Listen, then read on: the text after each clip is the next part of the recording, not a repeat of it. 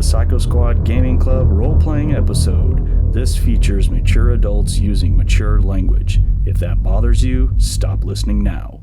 Enjoy our game and remember, alter reality on a regular basis. This one. Yeah, make sure you got the right notebook before we start. Which one? Now hold them up. We gotta see which ones they are. Okay, there we go. All right, at least you got the right book. All right, cool. Just making sure. We have verified that you have the right notebook now. Thank you. I appreciate the. We got your back. Well, we got your back. We got your back.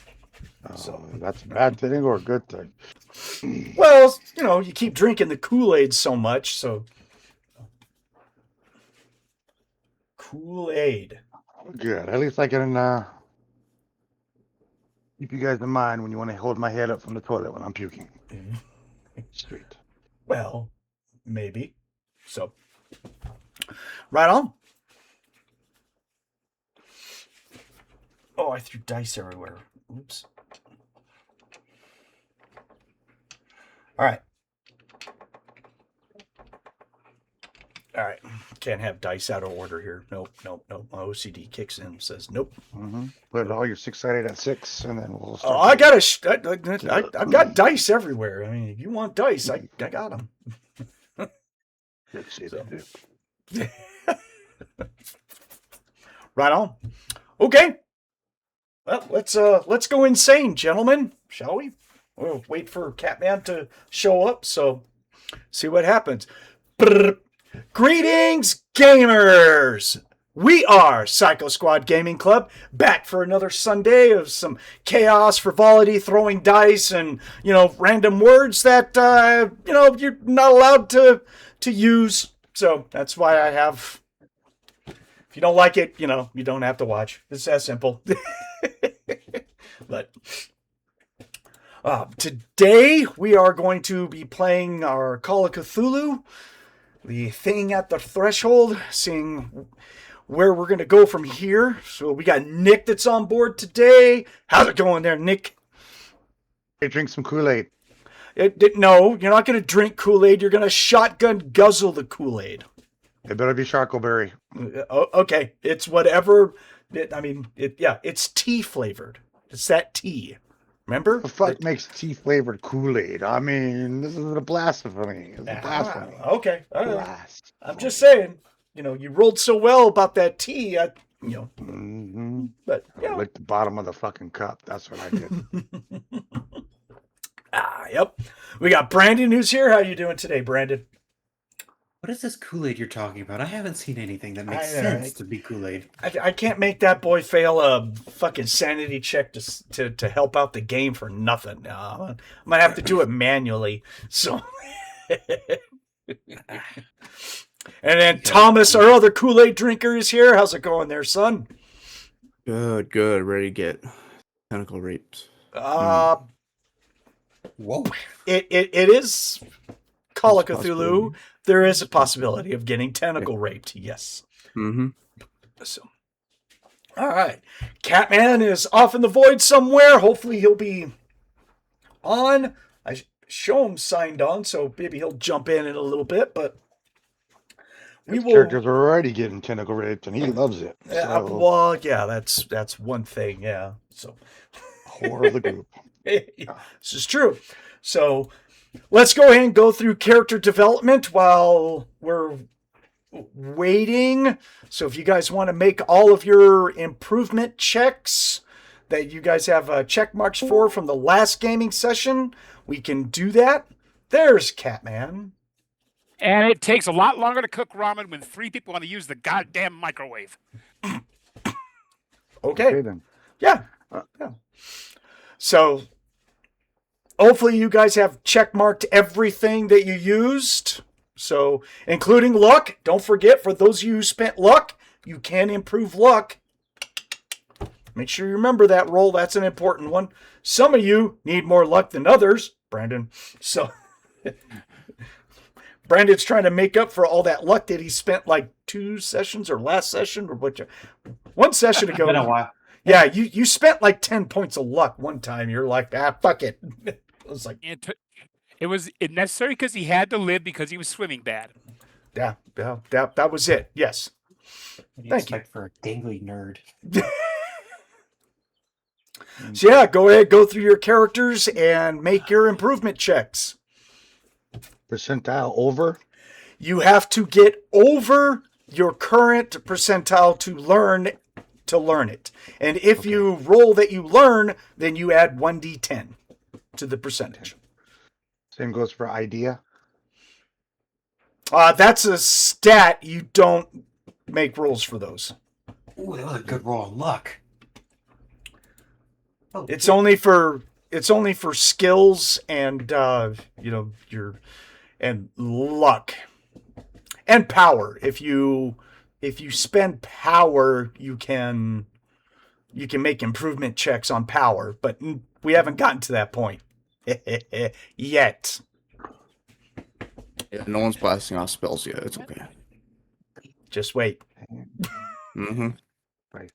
Yeah. I had 3 improvements to make, and I made all 3 of them. Nice. Me too. And my luck went up by 9. So Yeah, Cthulhu Mythos and credit rating never goes up.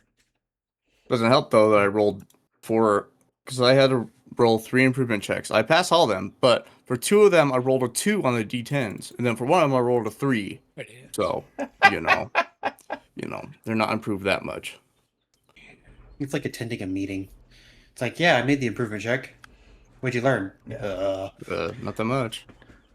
Did anyone on improvements go or hit 90% in a skill or higher? Nope. Because if you did, you gained sanity points. I remember exactly if I had any check marks or not. Spot hidden. There it is. Spot hidden, library use, and fast talk. There you go. Roll them.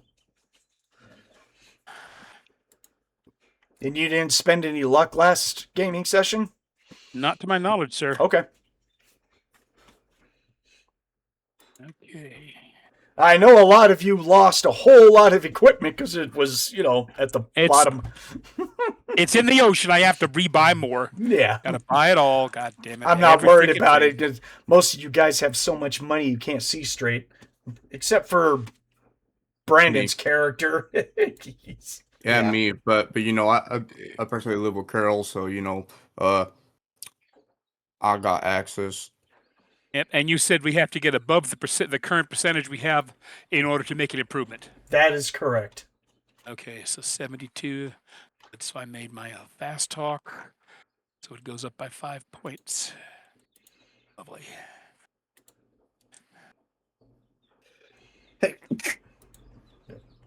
Hey, Brandon, what's your current sanity? Because I don't have it on the character sheet that I have. No, won't minimize it. Nothing. Library use. My current sanity is 69. 69. Excellent. Thank you. Spot hidden. This version of the character sheet that I have had it at 2. I was like, whoa. Say what? Yeah. 7. I'm pretty sure the PDF copy that I have is very outdated, but Speaking of which, do I need to send you my current copy of my sheet? I don't know. That's up to you guys. Well, I remember when I was listening to part of the post last night before I fell asleep, it stated since I was going through Thomas, you said you didn't have a current copy.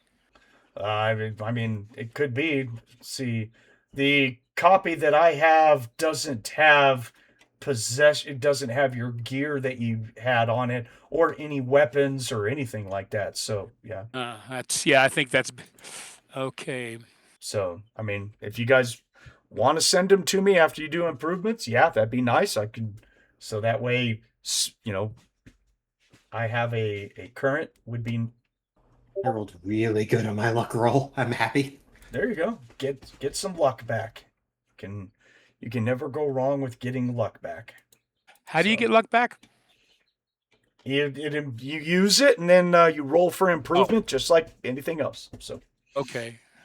Because, like I said, I fell asleep halfway through the previous game session. Yep. It was down to 72 luck. Down to? I had more, but I burned about 8 or 9 points from what Keith said at the beginning of the podcast that we couldn't, since we couldn't ask, he didn't know how update the sheet was. He moved it down because you had to have burned some. So I'm like, okay, yeah, I thought it sounded quite fair. I'm pretty happy that I just bumped myself back up to 53.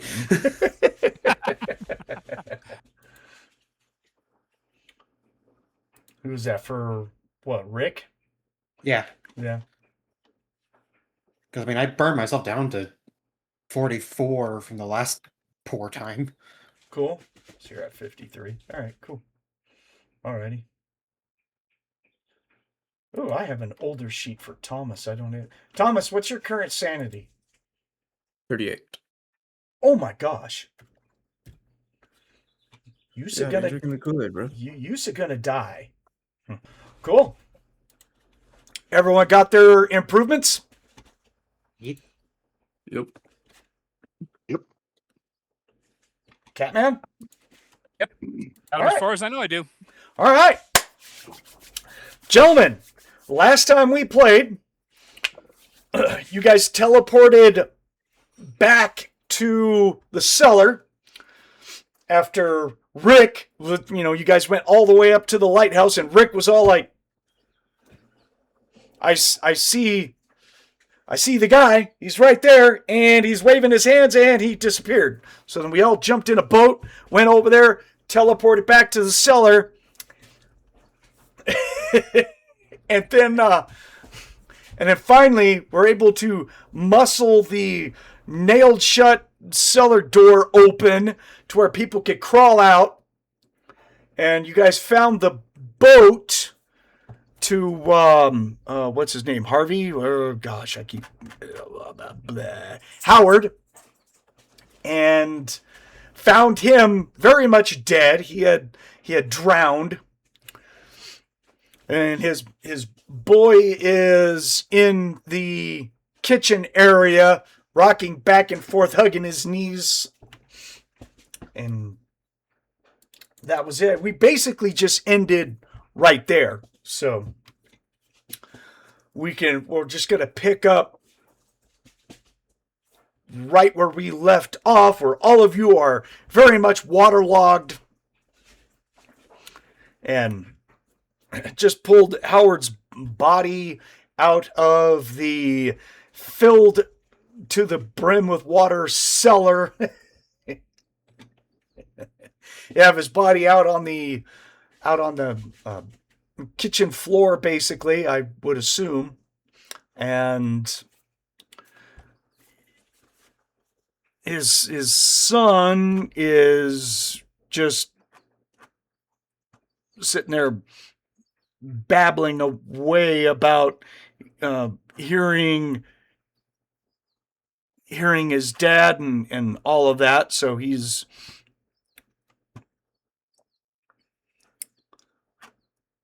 Peter. Thank you. That was the name I was looking for.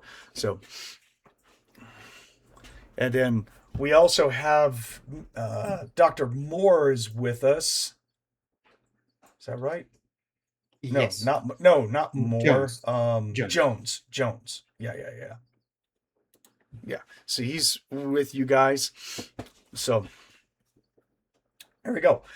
Real quick, what I need from each of you that you guys are just, basically just all just taking a minute to just sit here. You're like, okay, what the hell just happened? I need a spot hidden check from everyone. We're going to start this off with a skill roll. So spot hidden for everyone, please. 45 out of 50. Okay, so it's a regular success. Nope, missed it by 2. But you know what we're going to do? We're going to push it. We're going to spend 2 luck to do it. Okay. 17 out of 60. Mine's a hard, not an extreme. All right. So we got a hard success. That's cool. Thomas, I don't really think you need to push the luck. Nope. Someone just made a hard. Okay. So All right, there we go. if you don't have to spend it, don't spend it. Okay. I missed it by 22. I'm getting water out of my ears. Understandable, that one. Squirt, squirt, squirt. Just, head ducked over, hitting the other side of the head, like, get out. Yeah. So, Ray, you're one of the people who had put Howard's body up on there, and you're kind of just like laying him down, making sure that he's just very much dead, maybe putting a towel over his face or something, so you don't want his boy who's right here to probably see him, whatever. You're doing the nice guy thing. Let's call it Okay, that. sure. Thank you. Because you're a nice guy, right? I don't know about that, but yeah. Okay. And He's a salt of the earth. He's a sweetie. And in the front shirt pocket of Howard Crosswell's shirt, you're digging around there and you pull out, loose in his pocket is a simple gold ring that looks like it has a pink diamond set in it. Okay. I'll hold it up. Yo, I found this. What's on him? Carol will ask if she could look at it. She has appraise. Yeah, I'll give it to her, Carol. Just because of that, the coloration is unusual. Okay, She yeah. made If you want She to... made an extreme success, 5 out of 30. Okay, next time, wait till I at least ask you for... All right. I'll ignore that then. I'll be. Hey, I'll No, ignore that. that's all right. That's all right. We knew it was going there anyways. That's cool. So, yeah, it is a gold ring, and you correctly identify the stone as cold pink diamond. Isn't that kind of a very rare type of diamond? I don't think that shade is actually really that common. Most diamonds, to my knowledge, are clear. And I think it's depending upon the shade of the stone determines rarity and value. Sure. She said she voices her thoughts in that she thinks it's rare. So in that regard, definitely hold on to it. That's all she's saying. I wouldn't know. It's just jewelry to me, so Yeah. To my understanding, diamonds usually have a certain amount of severe clarity. Certain natural colorations in them mean they're rarer. And given what we've encountered, mystic-wise and so forth, I'm confident this thing actually has to have some kind of significance because of its rarity. If I'm wrong, it's a great piece of jewelry we'll keep and do something with later. Carol, it could be his wedding ring for all we know. This is true too. Hence, it's got value by itself. Actually, it is a female's cut and type of ring, not a male's. So. Now, the character, the player has no clue how to tell those two apart. I really don't. Yeah. In the background, you just hear a sound of disgust from Rick as he's fishing a piece of seaweed out of his jacket. Hey, look, you brought a friend. You okay, brother? Once again, we were in the ocean's bathroom. This is bullshit. The ocean's bathroom. I'm going to put it. I like that.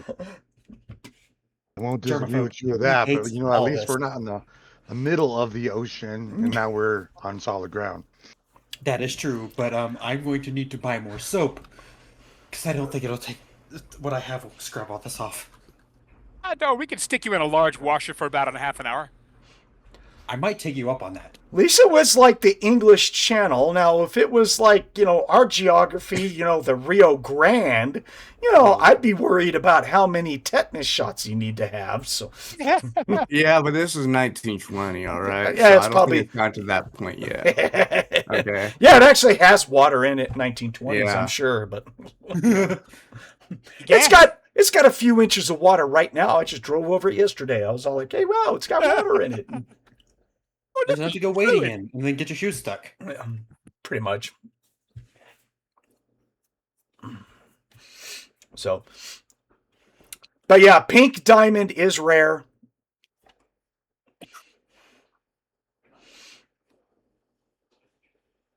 So what do you guys do with that ring? Are we holding on to it? Whoever's gonna, if you're gonna keep it, put it in your inventory. Make sure that you have it.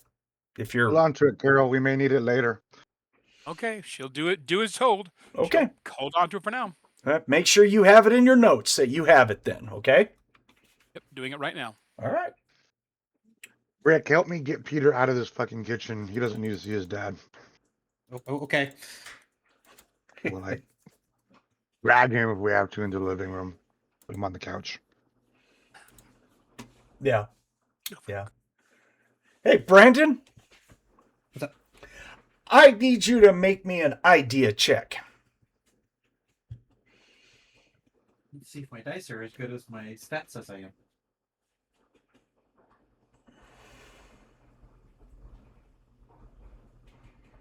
41, regular success.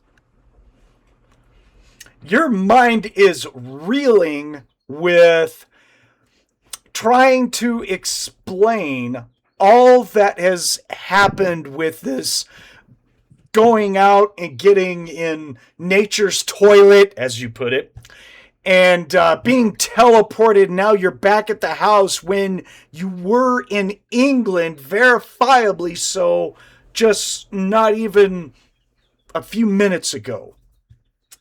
Your mind is yeah, you're kind of doing some babbling and trying to talk yourself into reasoning all of this. Yeah, anyone watching him closely, his eye is twitching. It's just like, where's the explanation for what just happened?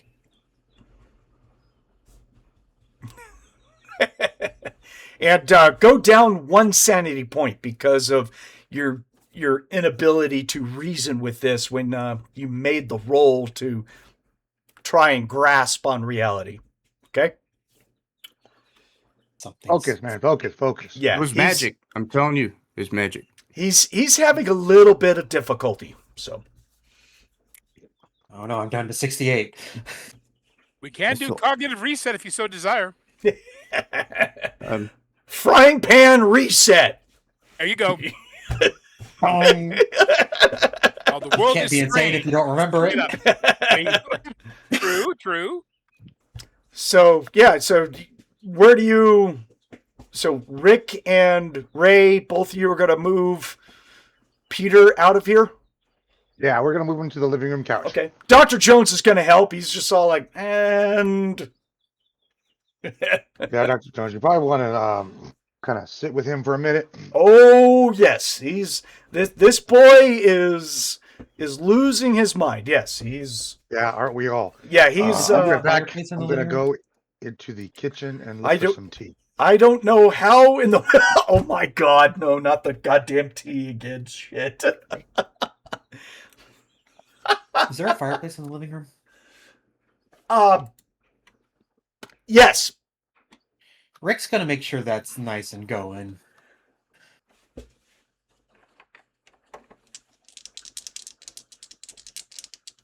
Lower the better. I rolled a double aught. It is stone cold out. Okay, well, he's gonna start putting wood in the fire. I mean, you're just like, man, the ashes aren't even. I mean, there's no coals. Nothing. In fact, it's been cleaned out completely. It looks like it was just serviced. Yeah, he's gonna put wood in there and start getting the fire going. At this point, he's just like, I'm already dirty. I might as well just touch the gross wood. Yeah. Why is it I'm picturing him? Four finger and thumb, pinky up. Please get the wood. Wood. You're moving wood over and stuff, and you see some bark shed and moss and stuff crawls over on your hand. Yeah. Gross. Look on the bright side. You're gonna burn it, so it won't bother you again. Well, he's not going to burn his hand, so No, not that. I'm touching it now, and I lost my gloves because of the grossness. That would hurt. Yeah. Okay. So yeah, Rick, you're having problems with that whole crap. Yes, yeah. He's gonna do it. He's already disgusting, so it's like, might as well. roll me. I would also like an idea roll for Ray. Real quick, please. 17. That is hard. Yep. You you have realized that you are in the source of the house of that tea, and you are fixated right now on finding that glorious tea. I'm going through cupboards. Yes. Yeah. Yeah, you're just all like, ooh, I need to find some tea. Right. I'm thirsty, and I need some of that tea. Right. Thomas, for Joshua, please make me an idea check. It's going to be a normal success, 53 out of 70. Okay. For some, not bizarre reason, but for a reason, you keep looking at Howard Croswell's body, and this urge is kicking in that you want to find out what's wrong with Howard, if he's really dead, or what is wrong with him. He might be faking it. He could be faking it. We're doing surgery, people. We are doing surgery. Now, because you made the roll at a normal success, and the urge is not taking you over to where you're just jumping on it, but you are finding yourself wanting to be like, no, this is wrong. I should, but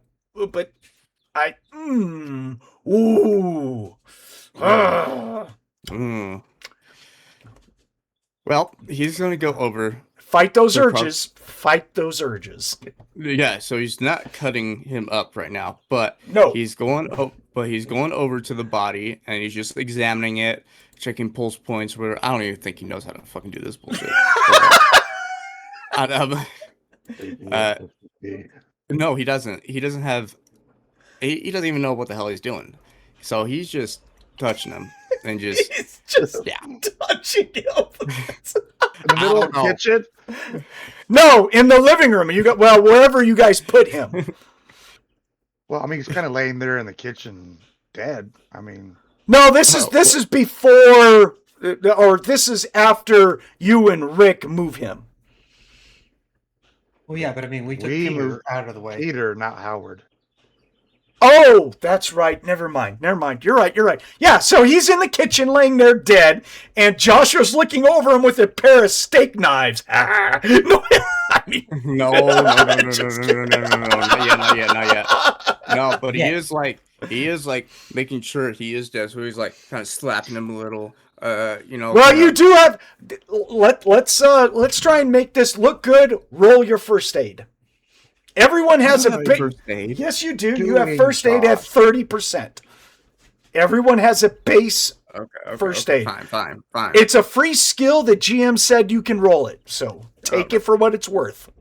Fine. Make it look. When you roll a double odd, you'll be like, trying to stick your dick in his mouth or something. But no.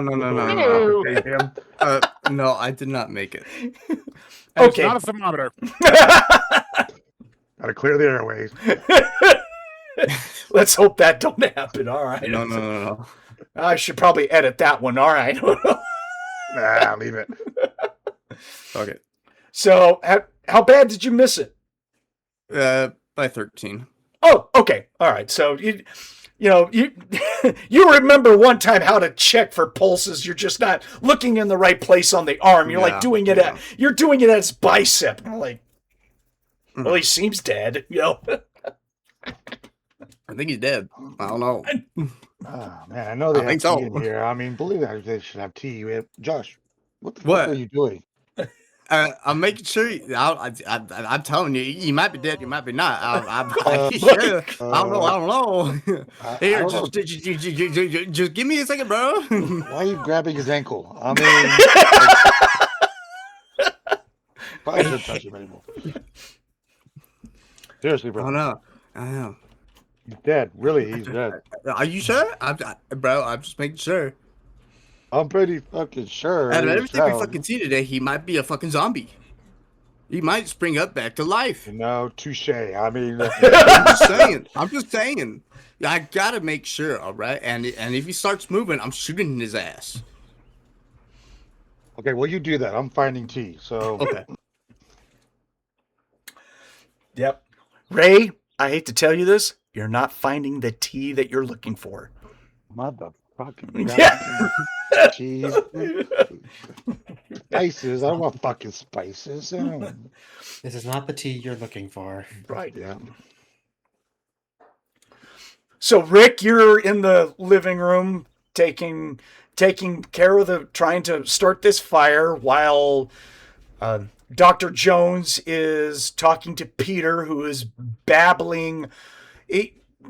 Peter is just gone. Let's just put it that way. And the doctor is all like, okay, we need to get you a sedative. Let me get some water. Let me, he's going to be like, Rick, watch him. I need to get him some water and a pill. Okay. So make sure he doesn't go anywhere. Keep him right here. Okay. Yeah, you're just all like, sure, yeah. I got this thing that's growing up my arm over here. This is bullshit. Bad touch. You know that feeling like when you think you got cobwebs on you and you're flailing around? Oh, I hate that. Oh, no.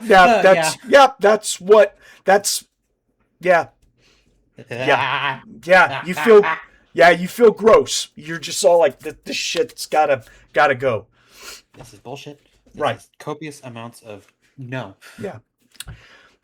Carol, it seems like you're the only one with a head of reasoning around here. What are you doing? I'm going to basically try to see if she can find somewhere to crawl up into a chair and get off her bad leg. Okay. And then try to figure out a method of like, how in the hell can I, aside from pulling them off, she can't think of any place that she could stand or move to wring them out, her clothing. Get at least some excess moisture out of her. I should say off of her, my mistake. Because the longer I sit here with still soaking wet, the colder I'm going to get. Well, I mean, you can go to one of the bathrooms on the first floor in the hallway. Then she will try to. Okay, yeah, I mean, you don't have your wheelchair, obviously, so... No, but from what I understand, in actuality, she has one good leg and one bad leg. Right, yes, but you don't have your crutches even. Those are gone. You don't know what happened to the crutches that you were using before. This is called upper body strength to stand up. Yeah, it's not like you don't have any strength. You're just one big bitch. So... And take a minute and do that. So, yeah, you Wall's can going to be my friend for a little bit. Yeah, you can hobble your way down the hallway to a bathroom, and you're gonna wring your clothes out and dry off to the best of your ability. Basically, is that what you're? Yep, at the time moment. Yeah, run things over in her head and try to figure out. Okay, what the hell else can we do? I know they got fucking tea. I know it. God damn it. Out of curiosity, if I remember correctly, we stopped here, and our vehicles are still outside, aren't they? Well, they should be. You would think so. I could find a window to poke my head to look out and see if I can see him. I will do so. You will not be able to see outside. The window, all the windows have curtains on them, and the shutters are closed on the outside. Oh well. Then yell down the bathroom and ask someone, "Are our cars still outside?" I don't think anyone's going to give a shit. But no. Well, then there we are. Then all right. Go look your damn self. We're looking for tea. Exactly. Hey, if you find a fucking machete up there, let me know. All right. Whoa. Yo. How about those machete? What the fuck? I'm just saying. About? Maybe some ropes too. We might need it. I think it's crawling on my hand. Okay, see, what is? I'm telling you, this bitch might pop up. You might go back alive. We might need it. I love this game.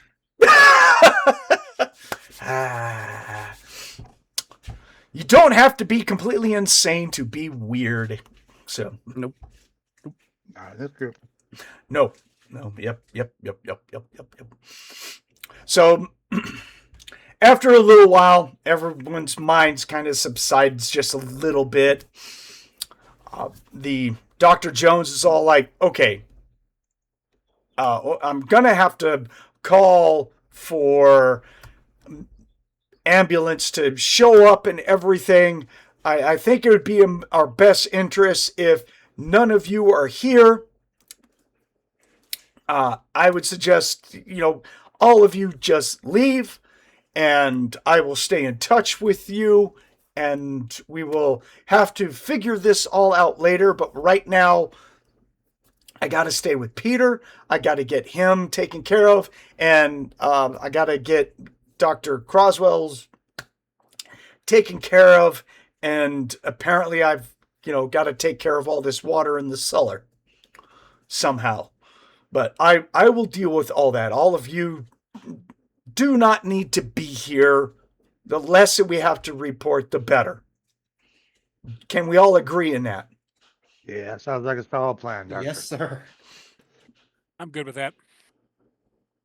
That means I get to go home and take a shower. Oh, I can't. Just one? I didn't say how long the shower's going to be. Oh, okay. Bring pillow, blanket, and lay down in the shower and have a nap. No, because the pillow and blanket's going to get gross. We have rubber blankets, of course we do. There we go. Okay. Didn't we all come up here in just one car, though? Or all of you guys come up? Yeah, that's what I thought. Yeah. Okay, so there's one vehicle, not a couple. I think it was just one vehicle you guys all came up here originally in. So, all right.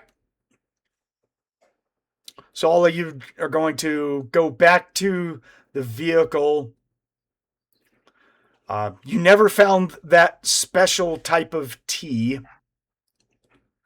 You have to fix it with him. Must have yeah, it with him. yeah.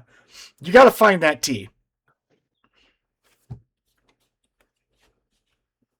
Well, when I find them, I'll take it.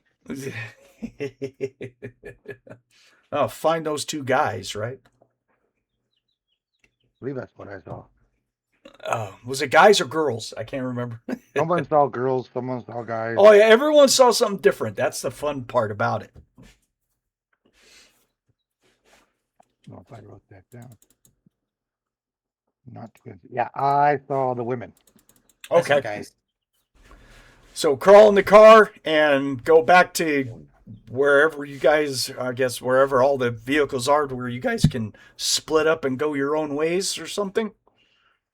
Yeah, we'll go back to my place. Well, I'll drop Carol and Josh off at her store. Inventory wise, I just want to make sure I have things accurate. You guys have notes on all this. Carol has this ring. Was there anything other special that you guys had taken notes on? I think Joshua, you took. I have a piccolo. Yeah, right. Well, I ain't worried about that. No. You took the old army clothes in the lighthouse. Yeah, I took the naval uniform, and then I have an old-fashioned iron key. Yeah. Rick, you have a bottle that is labeled, has some sort of chemical remnants in it. Yes, and a book. Black leather book written in Latin. Correct. Okay. And Ray, was there anything that you had? Yeah, I have a sketching of the drawing from the lighthouse. Oh, okay. Which drawing was that? Which drawing was that you had? Just I don't know. That's all I wrote down. Sketching of drawing from the lighthouse. Drawing from the lighthouse.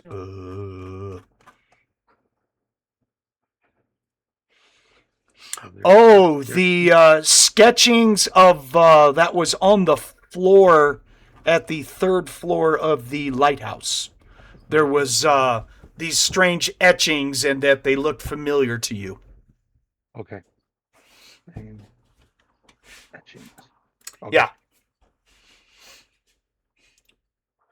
I believe you made the roll in the connection that these etchings kind of look like almost the same stuff that you saw in the cellar at some point. Okay. And you're like, what the hell? So, yeah. Okay. All of you are going to go. I take it you're all going your own way. It's just all like, okay, this has been a weird night, day, week, whatever the hell time of passage that it has been. Holy shit, this is kind of strange. So all of you are basically going to go your own ways to your separate houses or whatnot and just kind of rest and eat, chill out, I take it? Yeah. Resupply, restock, etc., and so forth. Shower. Steak when I get back. Yeah. Yeah. Some of us have to go to work in the morning at the university. Yeah. Which how you're going to explain this, you don't know. But in the morning, you feel better. You're not as freaked out. You're just, explaining stuff might take a little bit. Yeah. It's going to start sounding like he's trying to write a fantasy novel or something. Hey, some people have been known to do that in Cthulhu. They're just like, hey. Like, what's next? The dragon showed up? Yeah. Too bad this isn't, we're playing Cthulhu now. It's just like all of a sudden you get this email invite. Come and join us, play D&D in the sub-ballroom. You're like, wait. No! What the fuck? Cool. Yeah, so the next day, business as usual. Carol, you're in your store, opening up. Yep. Okay. Jonathan, same thing, helping her out at the store. Yep, helping her out. Probably getting more guns for her while she's doing her work at the store. She'll probably give me a list, right? Yes. Yeah. Here's a list. Yeah. That's 2 feet of list.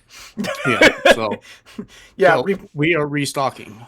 Okay. Dang straight we are. I don't have a problem with that. You can just, That's why I didn't delete the guns I had on my character sheet, because they were gonna be back. Just go out and go rebuy everything. There you go. Yep. Mm-hmm. Yep. Well, like you said, you might have to go to Carol and go, can I have Yeah, I mean, she's giving me money. Yeah, don't worry. Yeah.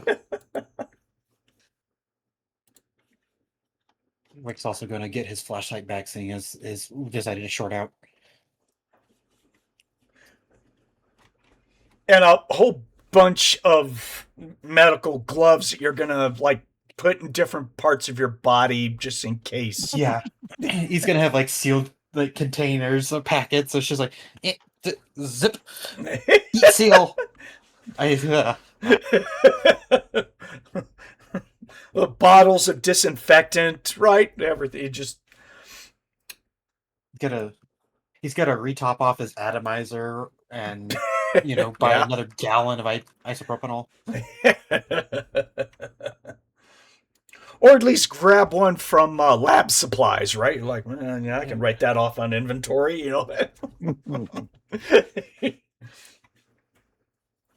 Yeah. And Ray, what is business as normal for you? Are you gonna try and do some work, or are you just? Yeah, I mean, I'll replace all the shit that I lost. I lost my shotgun and all that. Get a flashlight. Well, I think I might save, but then I'll start my work up, see if there was any calls or. Yeah, there's going to be miscellaneous work that you have.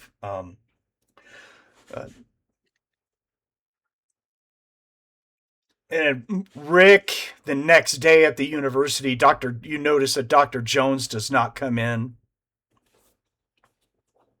So I'm not even going to question it at this point. He's just he's got stuff he's got to deal with. Right, you're just busy. Are you going to do anything with that chemical vial that you have? Are you looking at? Or are you going to do anything with it, or you just have it? I mean, what's the plans for that? I think after the workday, because he's also got his like tarot deck and they're like laying out somewhere to dry because that's all wet. He's gonna go like at home because he's got his own personal lab there. He's gonna start trying to break down and see what these vials have. What files? What these vials? Oh, vials. I thought you said files. I was all like, wait a minute. What? We're in the 20s. Hold on. Sorry. Large piles of manila. All right. See if I can make a chemistry roll. Not quite yet. Hold on. I'm just saying, like, because it was what I forgot that I needed to do an improvement roll on that one, Right. and I flubbed that improvement. You will, you're at that one of these times that you're setting out your tarot deck. I mean, you don't, people who believe in tarot, do the whole tarot cards, don't just like open them up and face up look at the cards and stuff. That's considered bad practice. So, Yeah. you want your cards, you have a method that you have to put the cards out on a table to dry, and stuff like that.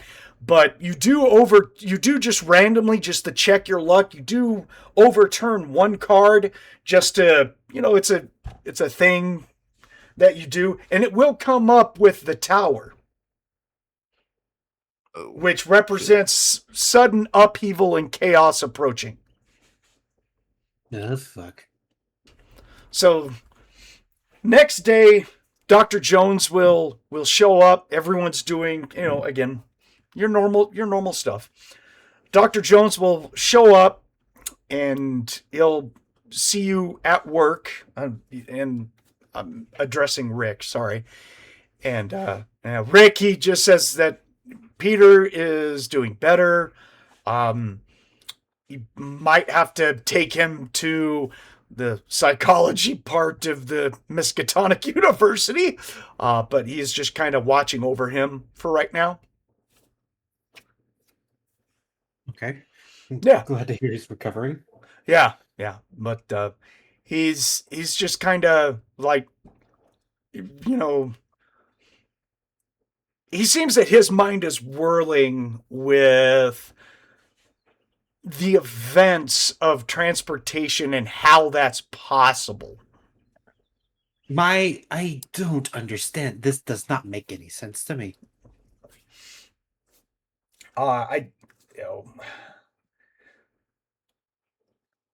He does want to help you do a chemical breakdown of that bottle with that label, the Radis Pedis Diabli.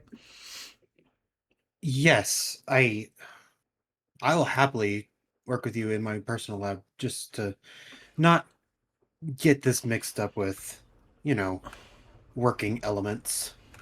Yeah, but here at work we have better equipment to correctly identify than what you have at your personal one. I mean, That is true. yeah, here we have furnaces to where we could burn and break down the elements and see the colors and, do elemental substance.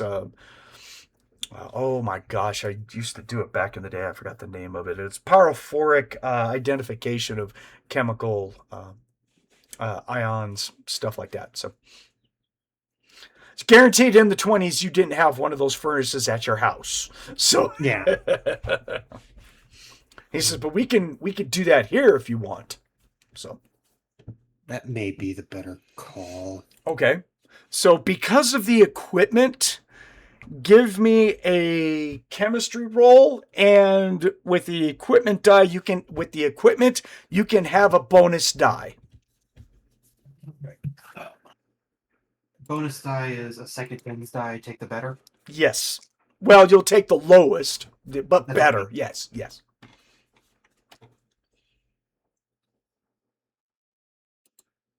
Ought 4. That is a Ooh. extreme success. Okay. Well, it ain't shoe polish. That's an extreme success before. Oh well, never mind. Okay, yeah, you and Dr. Jones are taking a look at this, and you'll find out that Radix pedis diaboli is the common definition as far as the term goes is called devil's foot root. Devil's foot root. What is this for? It's very poisonous, and it comes from West Africa and basically is tied to witch doctors using it. It's been known to induce fear, paranoia, and drive people insane. And it's really hard to maintain because it has to be kept moist, or else the sap inside the root will just not be useful anymore. Why is he keeping such... Yeah, Dr. Jones is all like, this stuff is weird. I mean, this is worse than keeping rat poison in your pocket. Yeah. Make me an occult roll. I think you have occult. You're a big occult guy, right? Kind of, sort of, if I'm good at it. Okay. Make me an occult roll. 53. I fail it by 23. Okay. Or 33. Okay. Yeah, this stuff is poisonous, and again, yeah, it's a supposedly an old psychedelic that just makes people insane, and it's very fragile to have. It Might need to consult the library on this stuff. Yeah, but this is going to, I mean, you Yeah. made the chemical breakdown. It goes in that you would also look it up and stuff. So yeah. I can't see why he would be using this. Unless maybe it has something to do with... I don't know. Was it in the tea? You would have no idea. You don't have any samples of the tea. Yeah. If this stuff was put in the tea, you guys would be dead. Yeah, this is it's not not something meant- that you would want to put in tea.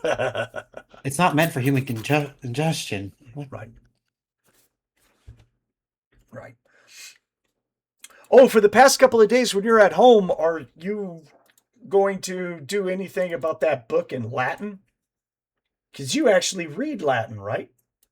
Yes. After he dries it out, he plans on trying to read it.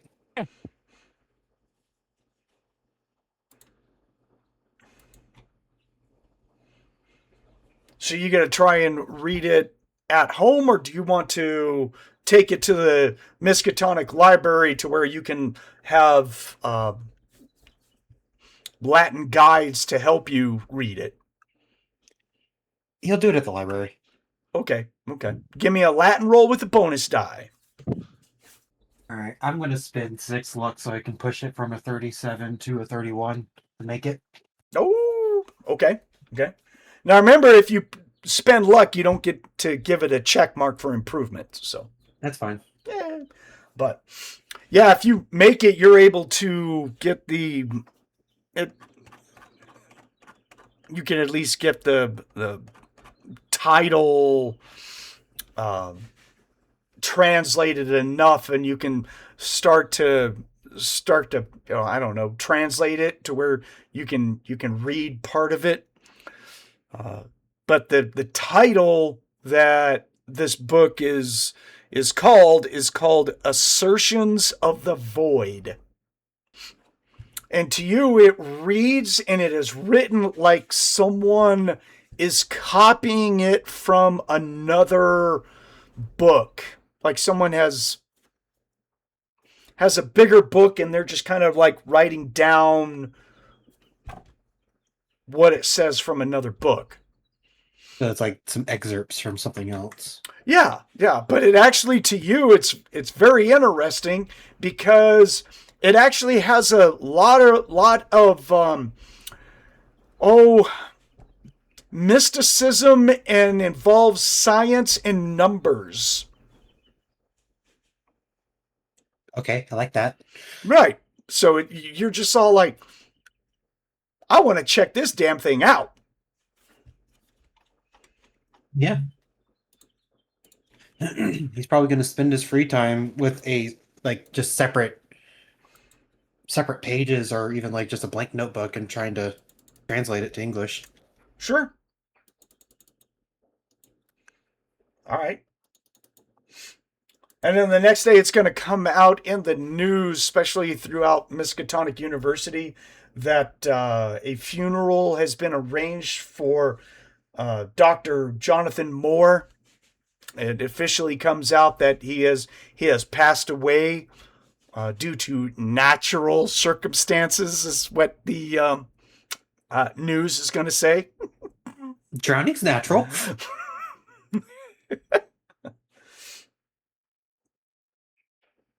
So, yeah, bummer.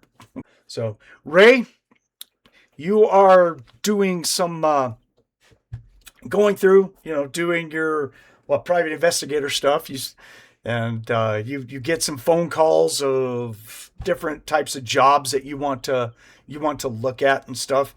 You do have this nagging feeling in the back of your mind that you try and search and look at.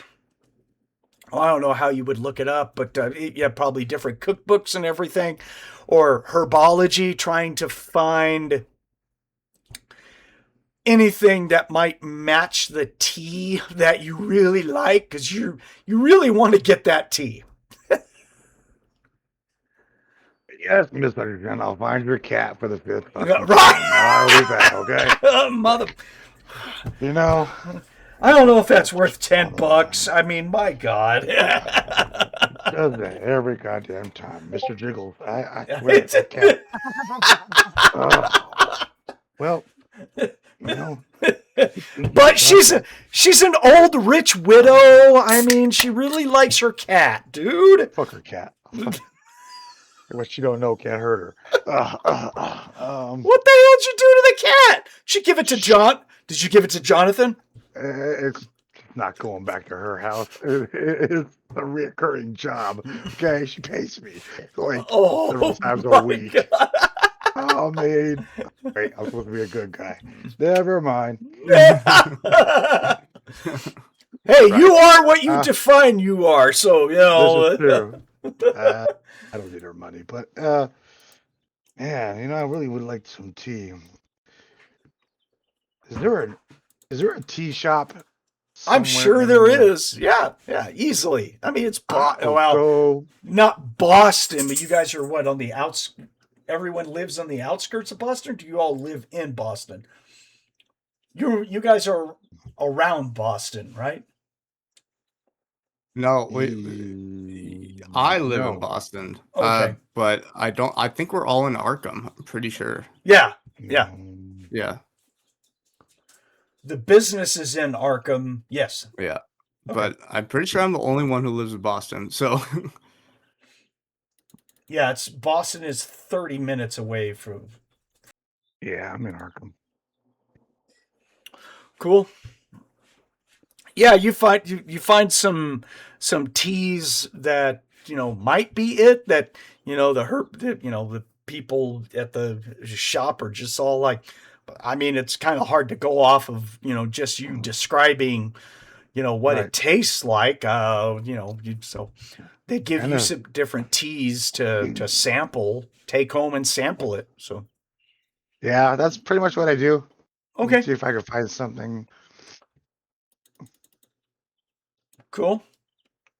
Yeah, so one night you're sampling the tea, you're just all like, that might be close to it, it makes you a little bit sleepy, whatnot. But one of those nights you end up drifting off, and you you have a very vivid dream that you remember, that you experience, and you dream that you are walking in the desert, and it's very vivid because you're in cream colored robes with a hood, and it's full desert with the sun out. It's hot. You got sandals. You're walking this desert. You don't know why. You just find yourself walking this desert. You don't even have any water with you. Why are you in this desert? Fuck it. Who knows? But you're walking in this desert.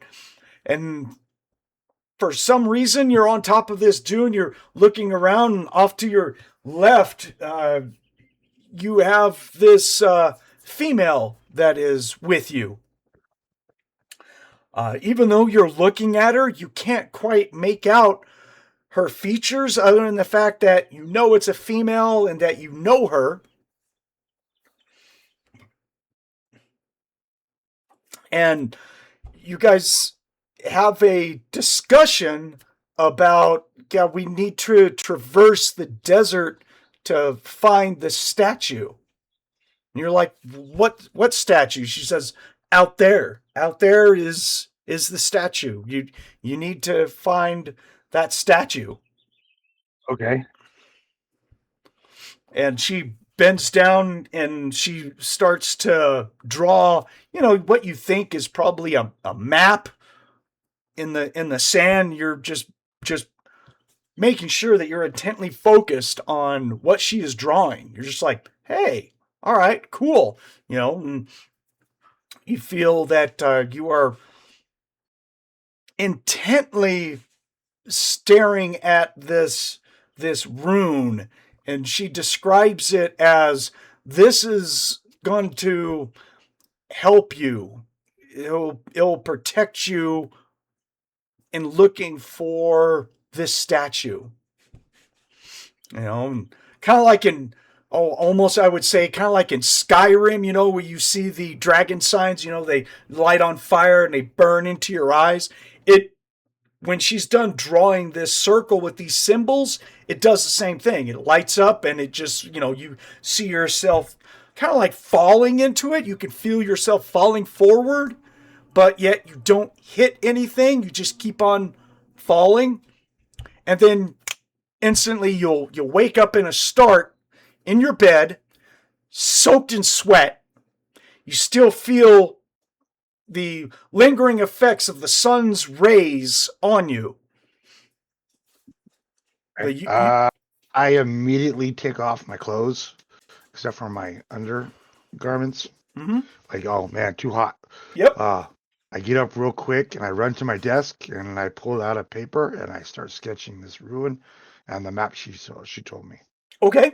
Yeah, you find yourself sketching it out. And while you're sketching it, you feel this, I don't know, it's weird, this inner willpower that wants to come forth, like you want to put part of you into this symbol that you just drew. But you know that you can't, because it's not made correctly. I need to make this out of molten metal, and then I can somehow, I know that I can power this. You just feel it. You know that you can power this. How driven am I? Oh, more than you realize, dude. What I need you to do is, in spells on your character sheet, write down that you just learned the spell Elder Sign.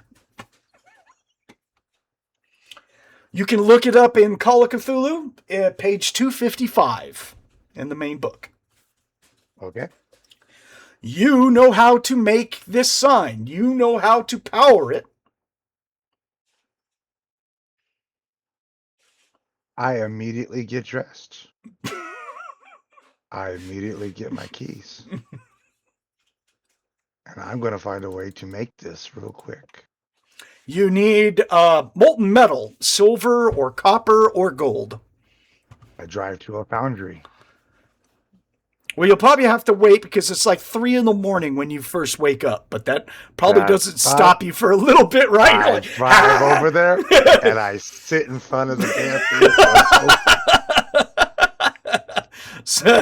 Some motherfucker's gonna. When they get here, they're letting my ass in. Take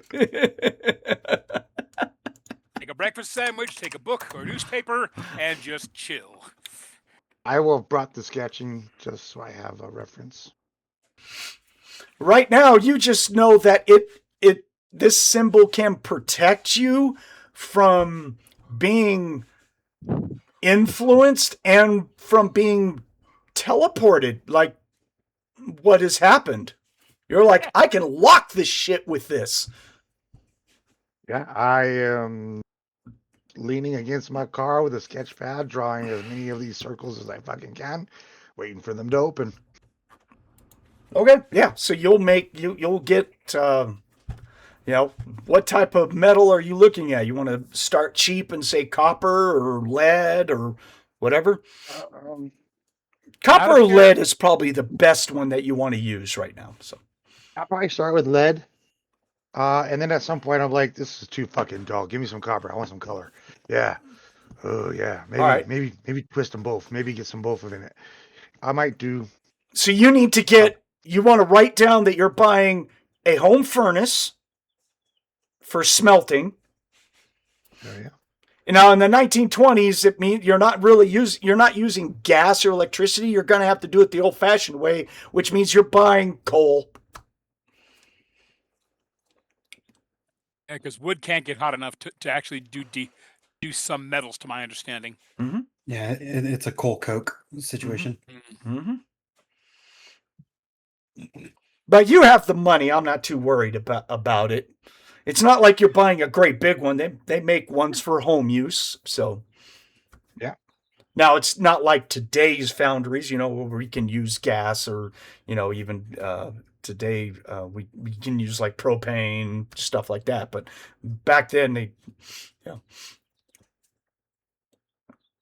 coal is the easiest one. So I will buy it. I'm buying tools. I'm buying right. whatever I can and going back to my house. Also, go ahead. I'm going to put all this stuff in my basement. I'm going to tell the servants they're not allowed down here. Don't clean this room. This is where I keep all my bodies. Well,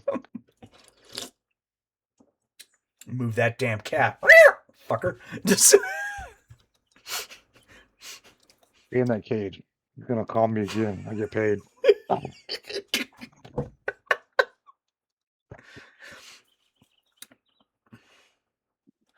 right.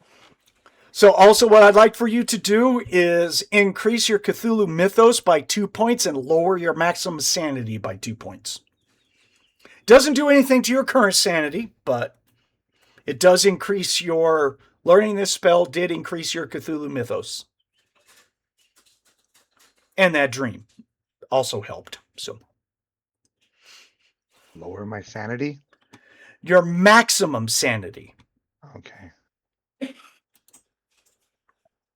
My 97 or my 40? Your 97. It's going to go down to a 95. That's a maximum sanity you can ever have now. Okay. And then your Cthulhu mythos is going to be upped by 2 points. Cherry fever.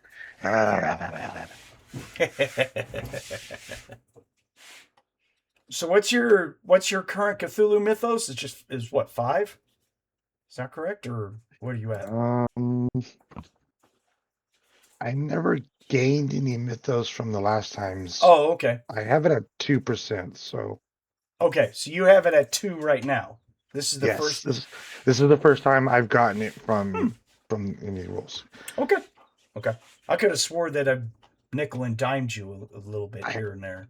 I mean, I've taken sanity, but You have never Yeah. said that I have gained mythos, so I Okay. don't know. I know I have on other characters. Maybe this is your first time. Yeah. So yeah. Yeah, this is the first Okay. time you've told me. Yeah. So.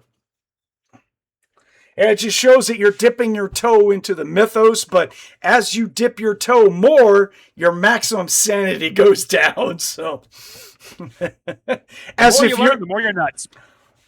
as if you're ever going to get to that maximum sanity, anyways. You're so low you can't see straight. So,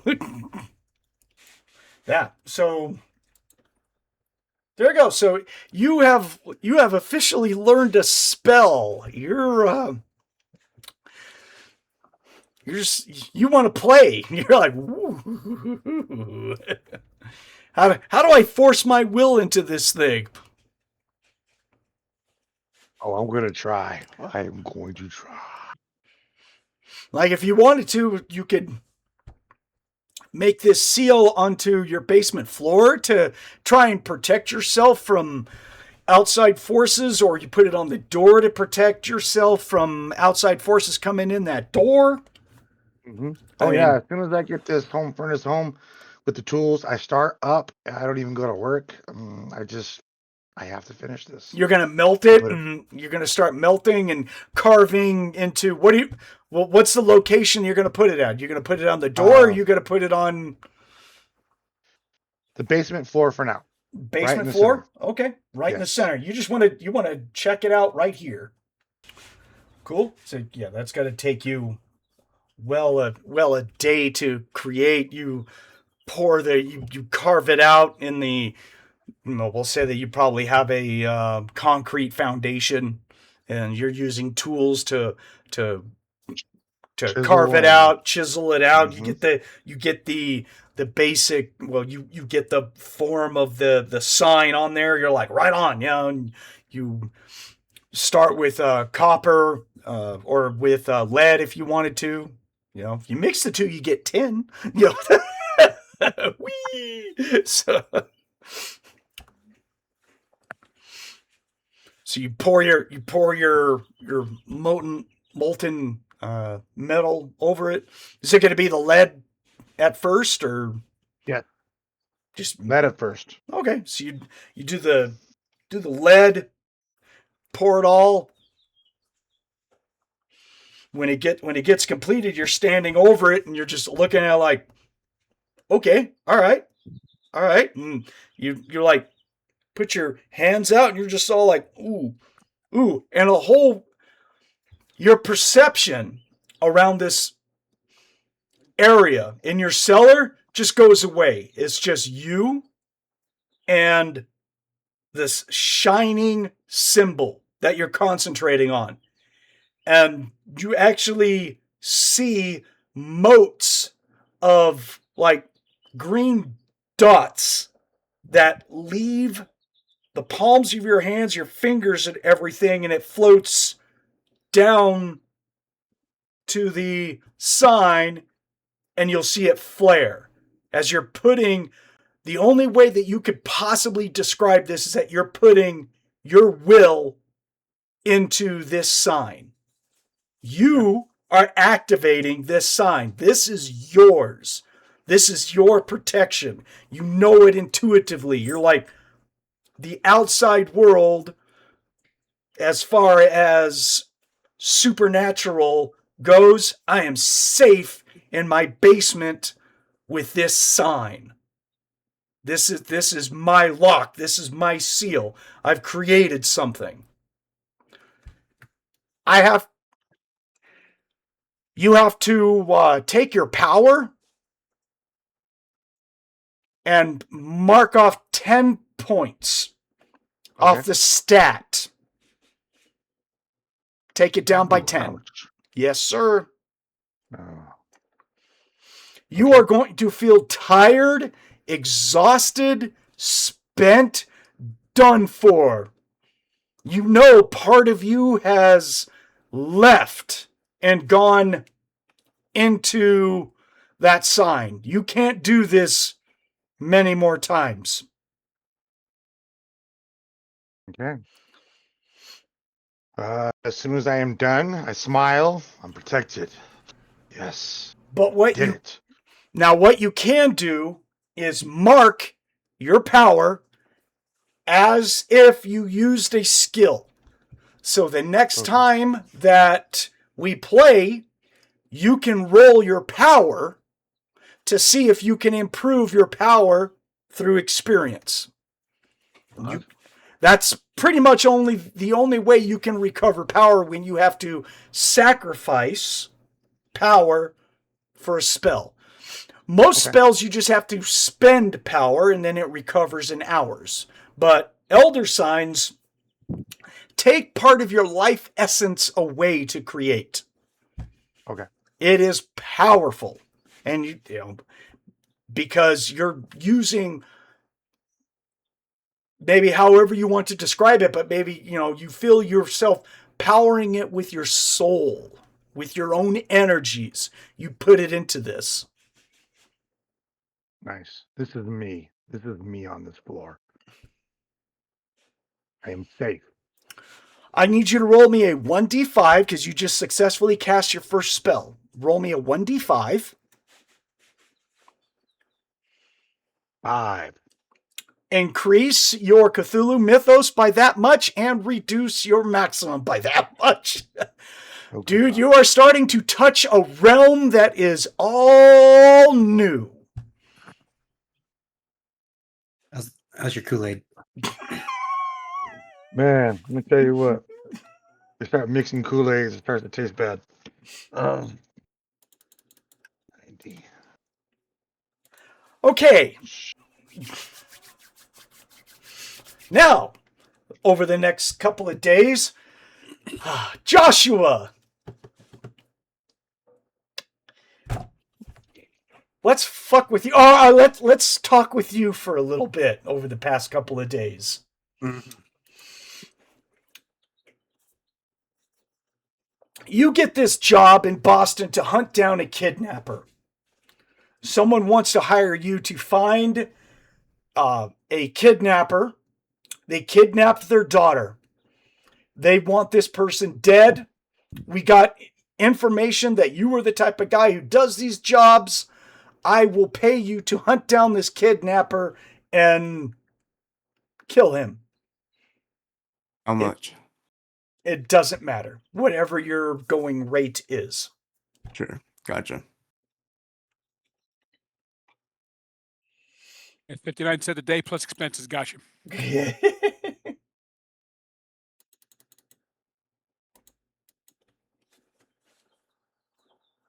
So, yeah. So you go out, you're running around Boston trying to locating this kidnapper. You'll get information on him. You will find him in a seedy one-bedroom little apartment in, say, the equivalent of downtown Boston, in a ruined building, brick building. You get over to his place and you will find him on the couch with a lot of drug paraphernalia around him as he's just laying on the couch, passed out, t-shirt, shorts. That's it. There's no power in here. The place is lit by a couple of camping lanterns. It's obvious this guy is deranged. He's got an issue. You will find a box of mementos of victims that he has killed, including the undergarments of the little girl that he kidnapped and killed. What the fuck? Yeah. What the fuck? Yeah. And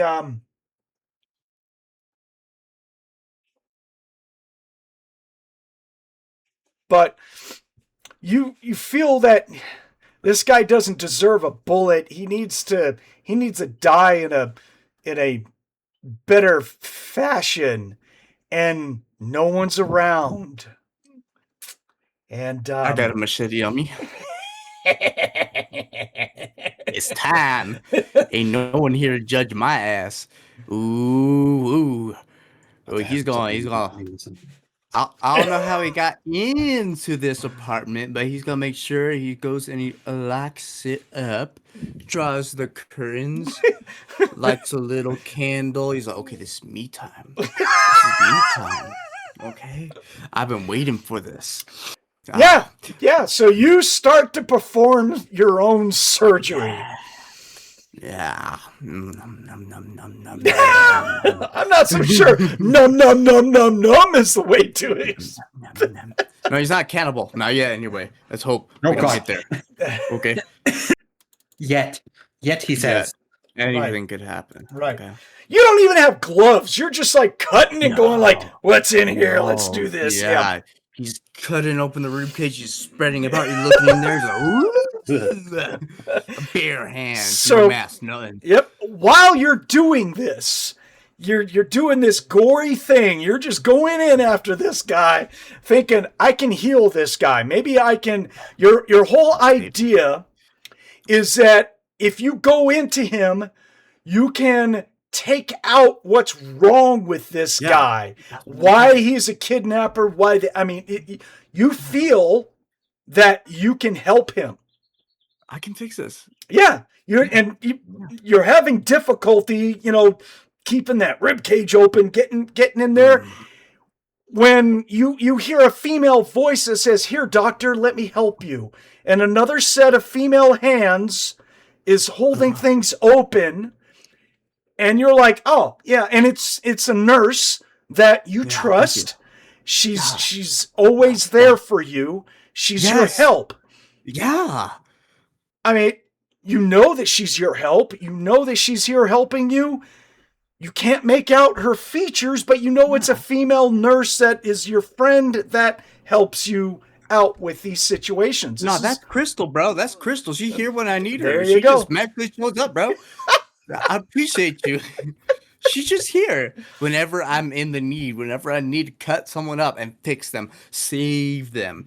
She's there. She finds me. You're going into this guy and you're so focused on his body that parts of him, as you feel yourself pulling up parts and looking, you're just all like looking into space and the cosmos, and you don't even see blood anymore. You just see like a comet as you're like raising up. You're like, ooh, and she's all like, oh doctor, that's good. You're stepping into a new world. This is exactly what we need. This is what we want.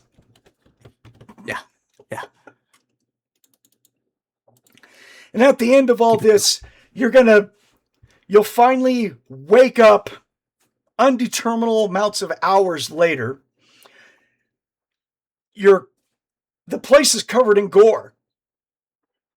Candles are burned down. The lanterns are not out of oil, but they're close. So it's been hours that you finally just wake up with a start on the floor, and you sit up and you're looking around, and this guy just looks like an alien burst out of his chest, and there's pieces of him all over the place, and you're like, okay, that's a thing.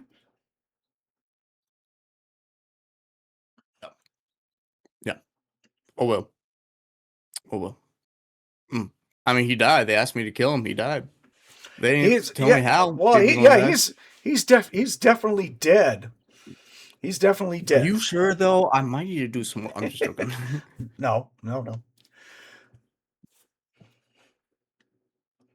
So with that vision, at the end of this vision, you realize that your mind has been expanded into the mythos. You just feel that your knowledge has been opened up.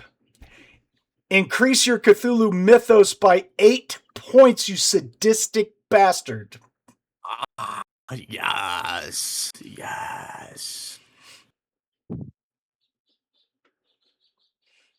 By 8, you said? 8. And your maximum sanity goes down by that much.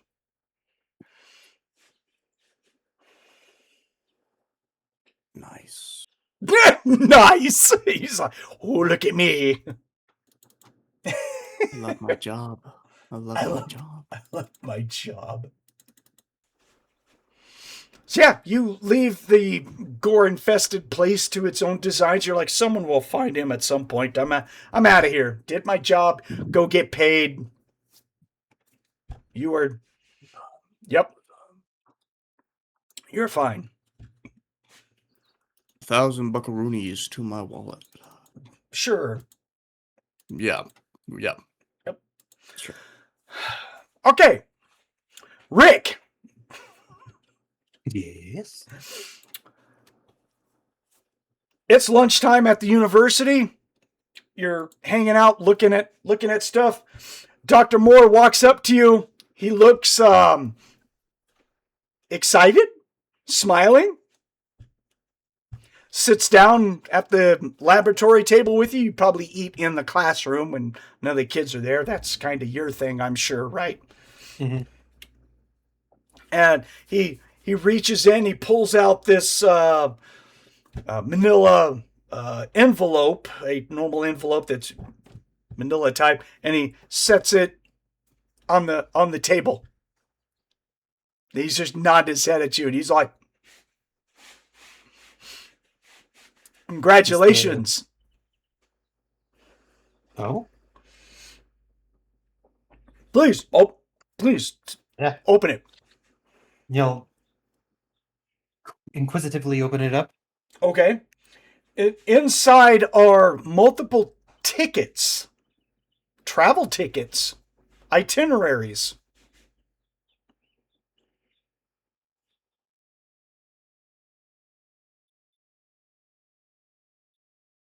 Oh, what's this for? And you notice that the location is steamship from Boston all the way to Alexandria. His jaw kind of hit the floor. Like, okay. I want you to accompany me to Alexandria.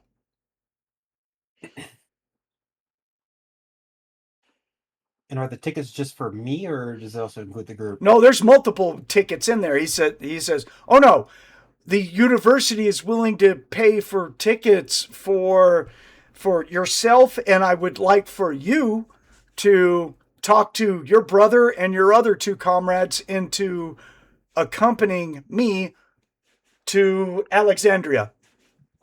We are going to look at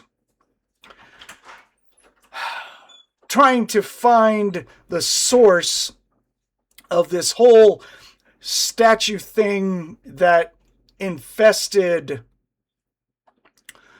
Howard and his mind that drove him crazy. We're going to go to the source."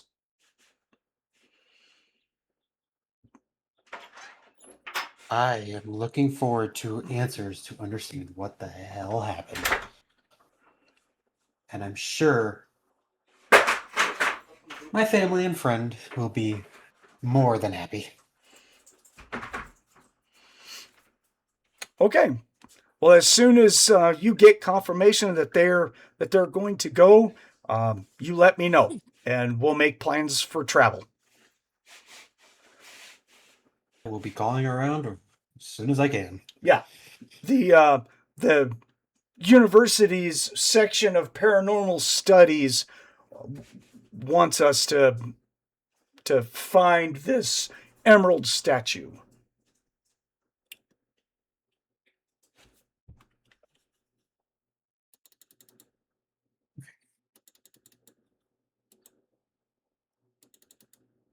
Yeah, I'll let you know as soon as I have an answer from everyone. Okay. And are you still reading your book? Yes. How's that coming along? It's slowly getting things translated.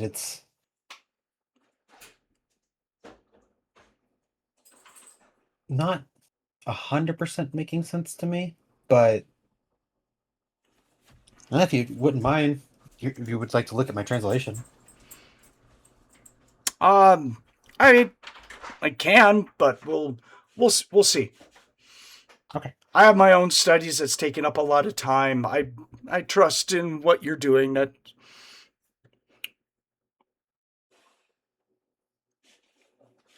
just you just keep on with that. See if that book will have any ties. I will. You can be on. I'll let you know. No. Yeah. Okay. So,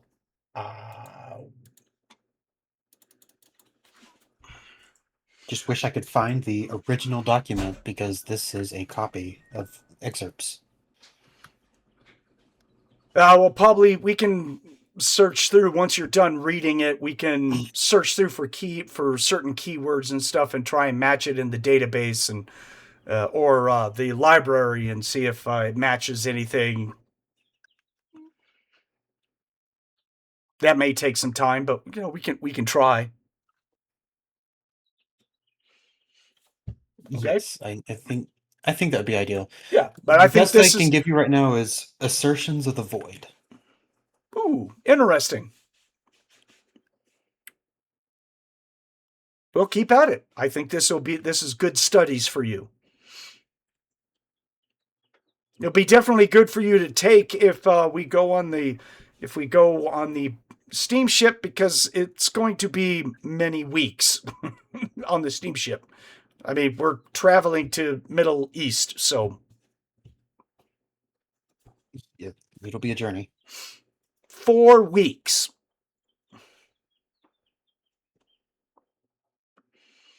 So talk to your comrades when you can, and we'll work it out. Happily. I will happily let you know. Okay. It's an honor to be invited to go on to a research expedition, if you will. Oh yes, yeah. This will.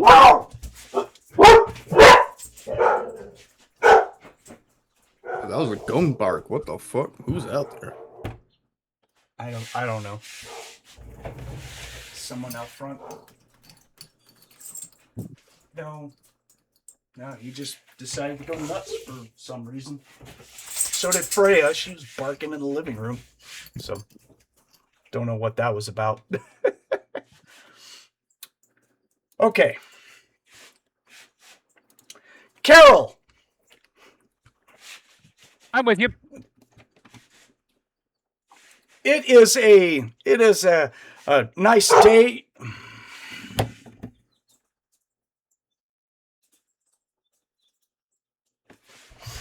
Again. Well, as opposed to the previous time when it was a rotten, wet, and irritating day. This is true. So it's a nice day.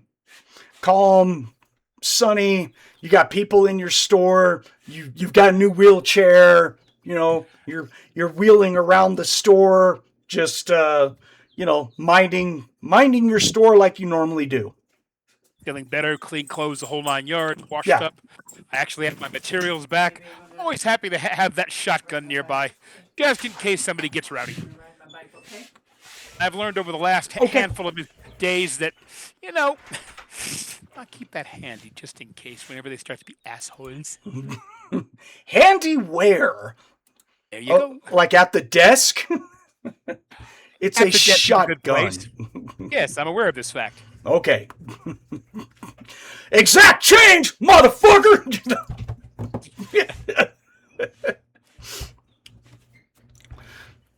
Yeah, and Joshua, you can be at the back of the store. You can be there. We'll say if this is after the events that happened, you just happen to be at the store today. You're just in the back office looking up stuff, doing some work, filing shit. Just helping out today. Okay. Okay. Cool. That was one of the things in character I'm curious about. I know that she had that one fellow that came in at with regards to that green emerald, that emerald statue, that little idol. Mm-hmm. Does she have any other notes or materials on that? As I said, I don't know what was taken down from the previous podcast. Only what you have. I mean, I didn't give out any more information since, so Well, I remember at the time I didn't have a computer to write stuff down.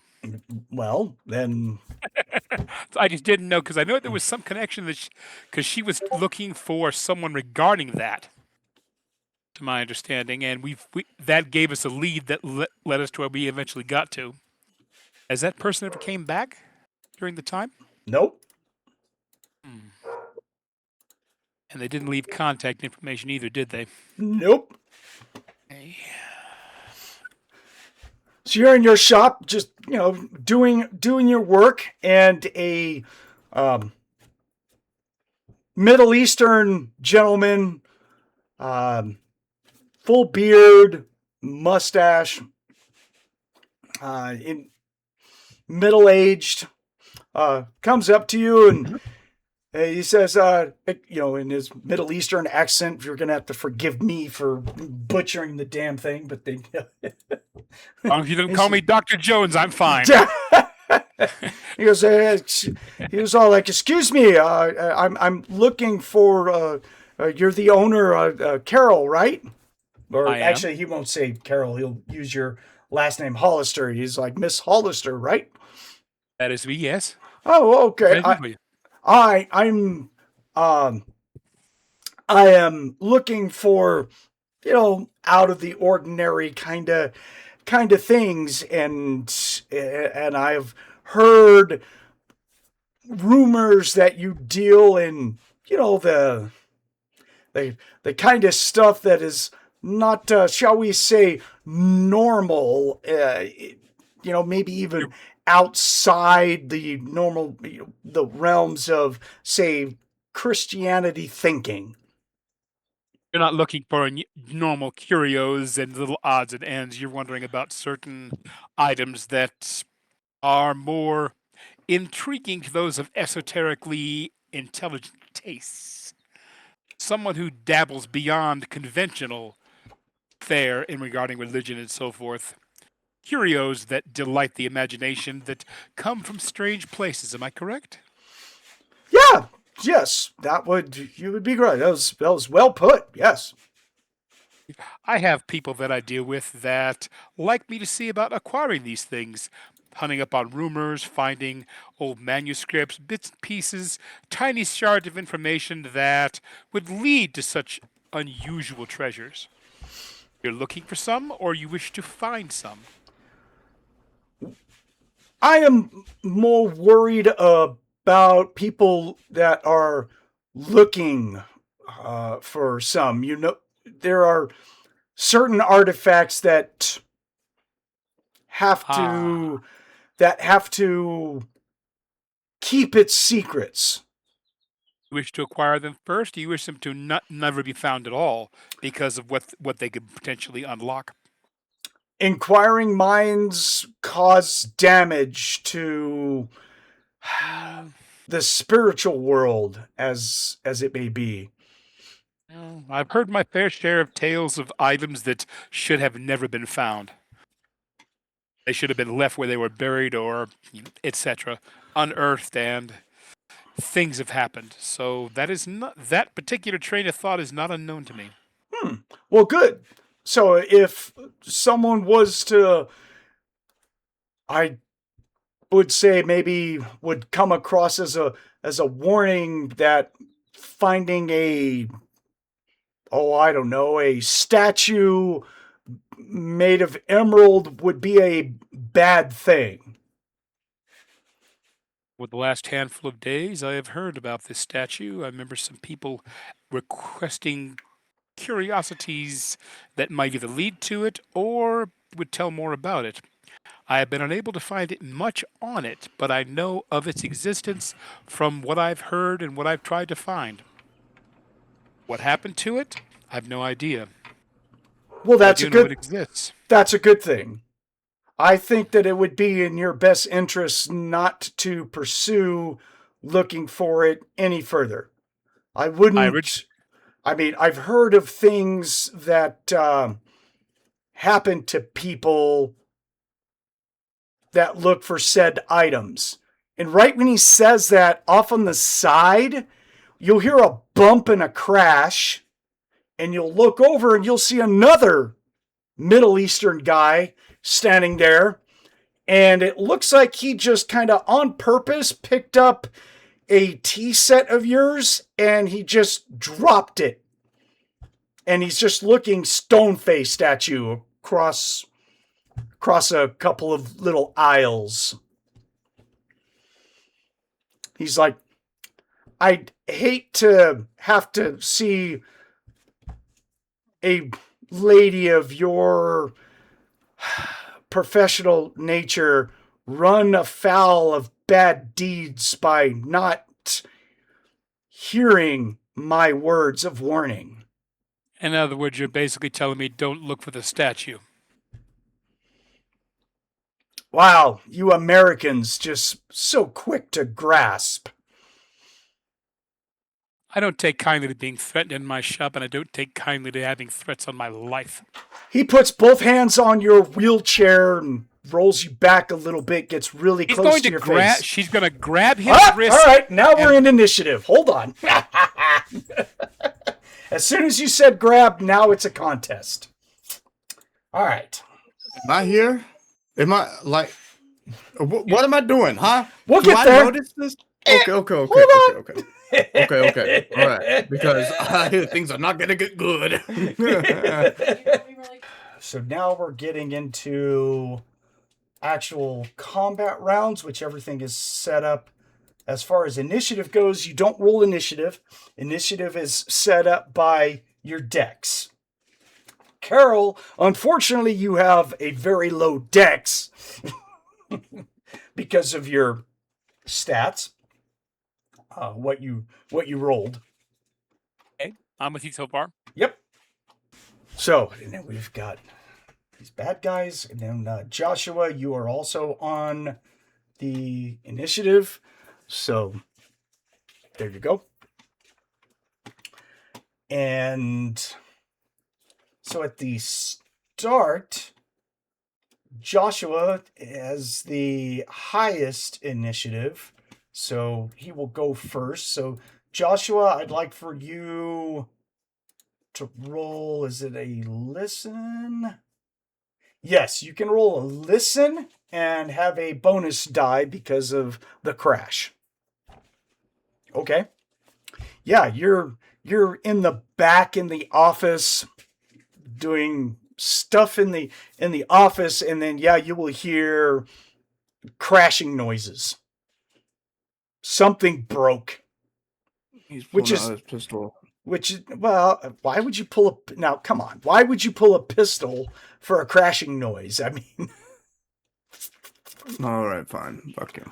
I mean, stuff breaks all the time. Now you could, you know that maybe Carol might be a little bit irked because something broke, but it could be that someone probably bumped into stuff. Nope. Just saying. That's right. Okay, you're right. Go whipping out guns for no reason. I mean, it was the mouse again. Do you always have to grab the flamethrower for the mouse? This is fucking profession, so you never know. Maybe his profession, but he is, no, okay. I'm not buying it. Okay, that's fine. He doesn't pull out his gun. He goes over to the next room and checks it out. Also, remember that this is a public business. I mean, go running out into a store. Yeah. I got it. Yeah. I got it. Nope. Man. So you come out of, you walk, movement is kind of trivial. Your move rate is a 7, so that'll get you out of the office, and you hit we'll say the office is next to a adjoining hallway, which goes to a single door, which goes out into the showroom, but it's going to be in the back. So, kind of thing. I don't know how Carol's going to set up her shop, but I mean, it's kind of up to Carol. Carol, do you have the checkout cash register where people pay? Do you have it like where people have to go to the back of the store to pay, or do you have it towards the front, or where would it be located at? I keep it near the back and so forth, especially because if stuff happens, make sure to have a place of retreat. You see, it's not just fucking me, guys. It's not just me. This is the way we work around here, okay? God. That's fine. That's not okay. I have my machine gun ready for when the guys break in. Captain Metagamer. So fuck off.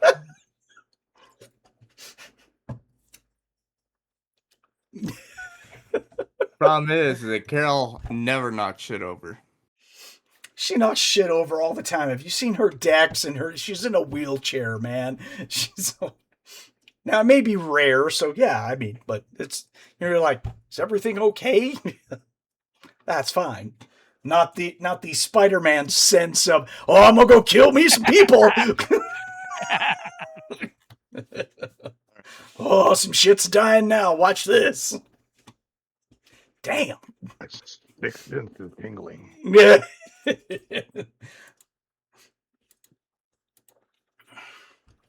So you'll make it to the door, opening up the door to go out into the showroom. Now, this guy is holding on to your wheelchair, is trying to intimidate you and push you back a little bit. That's when you decided, it's like, okay, I'm going to start grabbing too, but he's not reacting to anything. So his action is just that. He's just pushing you back a little bit, trying to intimidate Carol. No one else is really going to react. You only know of this guy and possibly one dude off on the side that purposely broke something, but you're really not paying attention to him. You're looking at this asshole right in your face. Excuse me. I can smell the hoopla he had on his breath. He says, "You've been eating onions." You've been eating onions. All right. So we'll go to, let me go to. Because my dex got lowered because of that damn accident by about 30 points. Yes. Oh, yeah. Fucking irritating. Okay. So during your turn, so now it's your turn. How things work is off of degrees of success, whether it's a fist fight or guns and stuff like that. So, what is it that you wish to do? He intends to grab at least one, if not both, his wrists that are on her wheelchair. Okay. On the arms of her wheelchair. Yeah, with the intent of later on trying to do something else, but so basically you're looking at a grab. So, yes. So since this is hand to hand, both of you are going to be using basically your fighting skill. Okay? The fighting brawl. And basically you are rolling your fighting while he's rolling his fighting roll, and whoever has the higher degrees of success is the one who wins the contest. And in the case of a tie, the person who has initiative or who initiated the action wins. So if there's a tie, you would win because you're the one that initiates the grab. Okay? Okay. All right. So you're rolling a percent on your fighting against your fighting brawl. and I roll for him. All right. 25% chance on fighting brawl. And 72. I don't think that went quite as well as I wanted. Not even remotely. Yeah, hand-to-hand's not your thing. I'm surprised about that. You were taught to shoot stuff, but not fight with your hands. I have to change that because that seems rather foolish. Yeah. Well, you didn't make it just now, so you definitely don't get a check mark, but hold on. There'll be more rolls, I'm sure. So you don't make it. He did make it. He got a regular success. So you don't grab onto his arms. You go to grab his arms, and he just kind of like, nope, no, we're not doing that. He just like picks his arms up when you go for the grab, and you don't succeed in that. Okay? Gotcha. So we come up to the next round where everyone's basically taking actions. Joshua, you are going to be first because of your dex. So you are going to walk up towards the front of the store, and if you could give me a spot hidden, please. Again, with a... If you get, and then roll a, because you're familiar with everything that's going on around here, and basically what you're looking for, you can have a bonus die. I made it 33. Okay. 37. So you come up there, and off to your left, roughly 20 or so feet, in one of the aisles off to the left. I'm assuming that this store is probably set up in like one big central aisle with a bunch of side aisles that has, I don't know, probably all kinds of displays and everything, right? That would actually be a good thing. And if enough room for her to move around and maneuver easily, she's had to work that out over time. Yeah, that's why I said, but it's probably like one big aisle that you can go up and down all the way from the front of the store to the back of the store without bumping into stuff usually, right? So that is correct. Okay. So on the central aisle, she'll be off in the one of the smaller little aisles about 20 feet away. You're going to see Carol actively like trying to deal with some guy, Middle Eastern guy that's bent over her that looks like he is grabbing onto. So you'll see this one Middle Eastern guy that is on there, and because of your training that you rolled well enough in spot, down the center towards the front of the shop is two more Middle Eastern guys looking very conspicuous like lookouts, and then a fourth guy on the right of the main aisle who was just standing there looking intently at Carol and this other guy, and there is a broken tea set on the ground in front of him. What the fuck? Hey, yo, what the hell are y'all doing over here? What's the meaning of this? Eh? All right, so you're going to yell at him, just all like... Yeah. Bro, what's going on over here? Carol, you good? Are these men bothering you? It's a good question. Threatening our lives. Threatening our lives? Oh, fuck. Here we go. Is that what you say, Carol? That's exactly what she says. All right, we're pulling out. He's reaching into his coat pocket. He's pulling out his gun.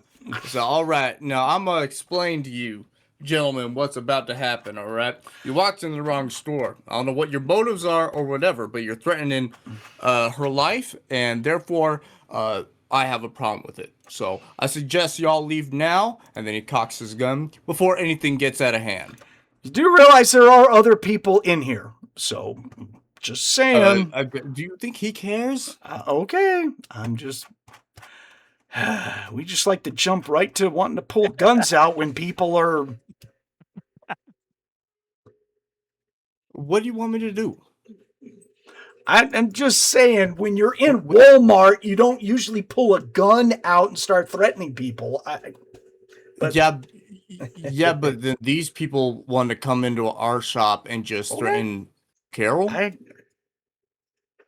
She said, in her words, threatening our lives. And I didn't know that there were other people besides them in here. You didn't mention that there were other shoppers. yes, there are other shoppers in here. Okay, well, I Yes, didn't there know are. that. So, you yell out at these guys, or and that's all cool. So you'll basically have enough time in this round to yell out and get the answer from Carol saying, "Yeah, they're with our Okay. lives," and you're like, Okay. And then your movement is basically they deal in the metric system in this game, it looks like, because they say that movement is the number of meters or yards that you can do in an action. So you can cover seven meters. So you can, if you're in running, you can actually get like very close to Carol in a move. If you want to be near her, Sure. or where do you want to put yourself? I haven't gotten any responses yet. So besides her saying threatening our lives, and I've Right. already said what I wanted to do. So I'm trying to play my character. Okay. So he's pulling out his gun. Okay. They walked into our premises. He doesn't care there are other bystanders. We own this place, and she said that they are threatening our lives. So This is America. and this is 1920s. I'm sure it's not that unheard of. So because the way he looks at it, if there are other customers in here, then well, they could be trying to harm them too. So Okay. he is threatening them now.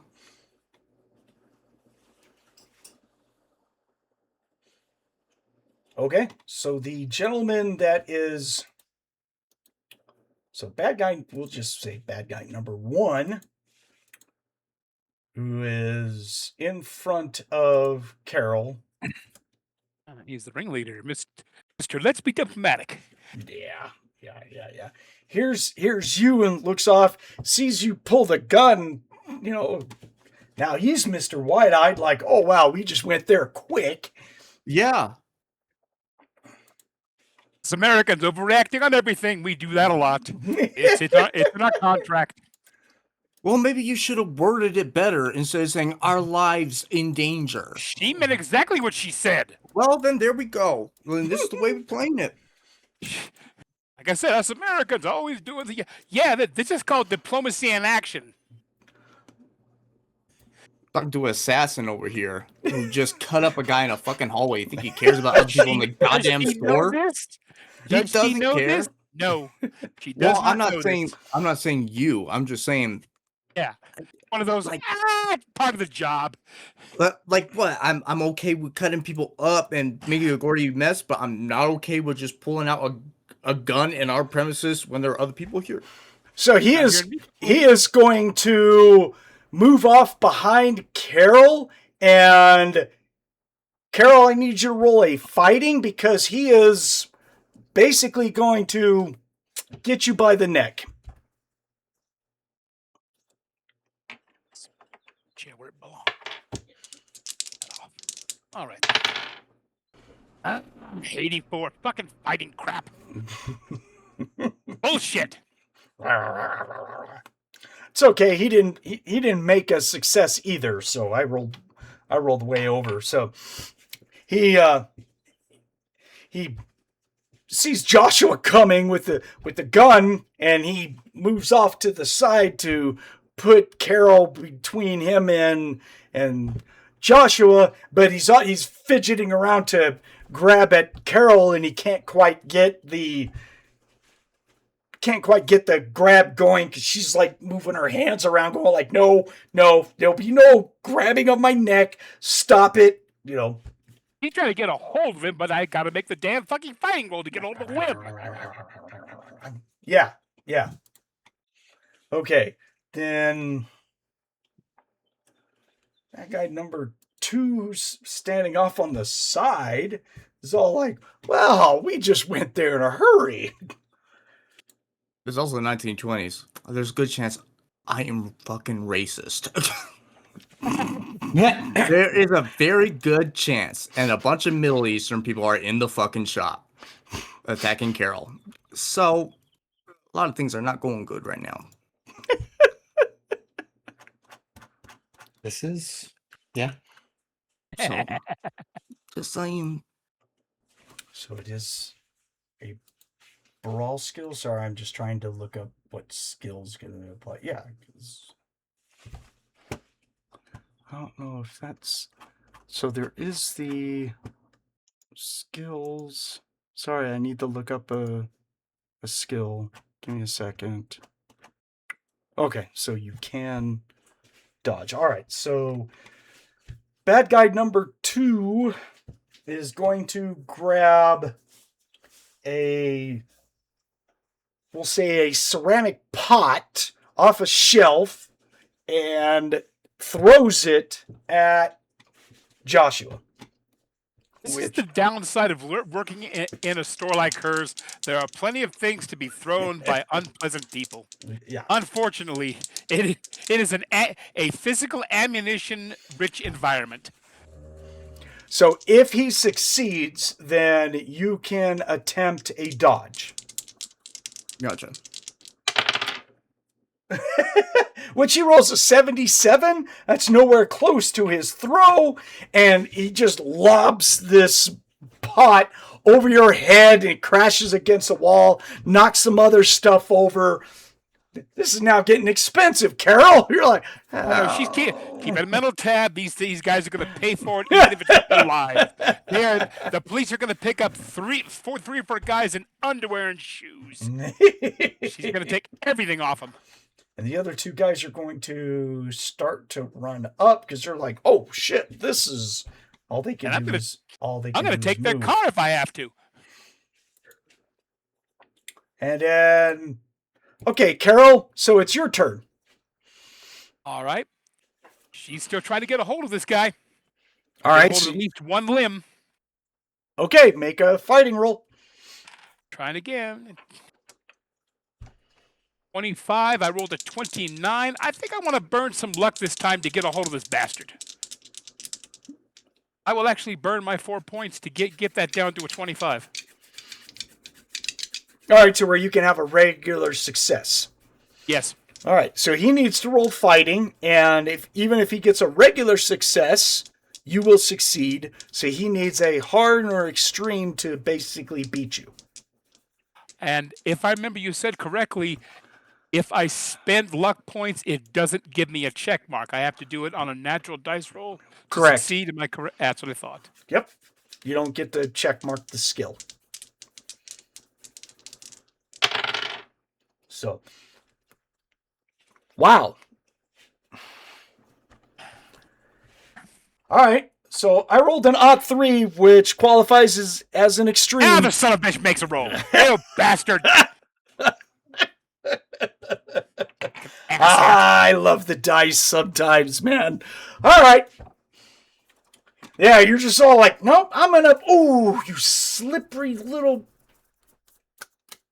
bastard, you. At least I got a check mark by spending luck. There. Well, there you go. Tra-la. There's that. Okay. Tiny silver lining. Right. Joshua. He's firing his Oh gun my at the person gosh. through the Here we go. base. Through the base. Okay. Yeah, I mean, yeah, before you fire, there's going to be other people in here that are just all like, what the hell's going on? So, Hey, get the fuck out! well, yeah. Oh wait, conclude the bad business guys are tomorrow. blocking the fucking entrance, so nobody's gonna get out. So we gotta get rid of them.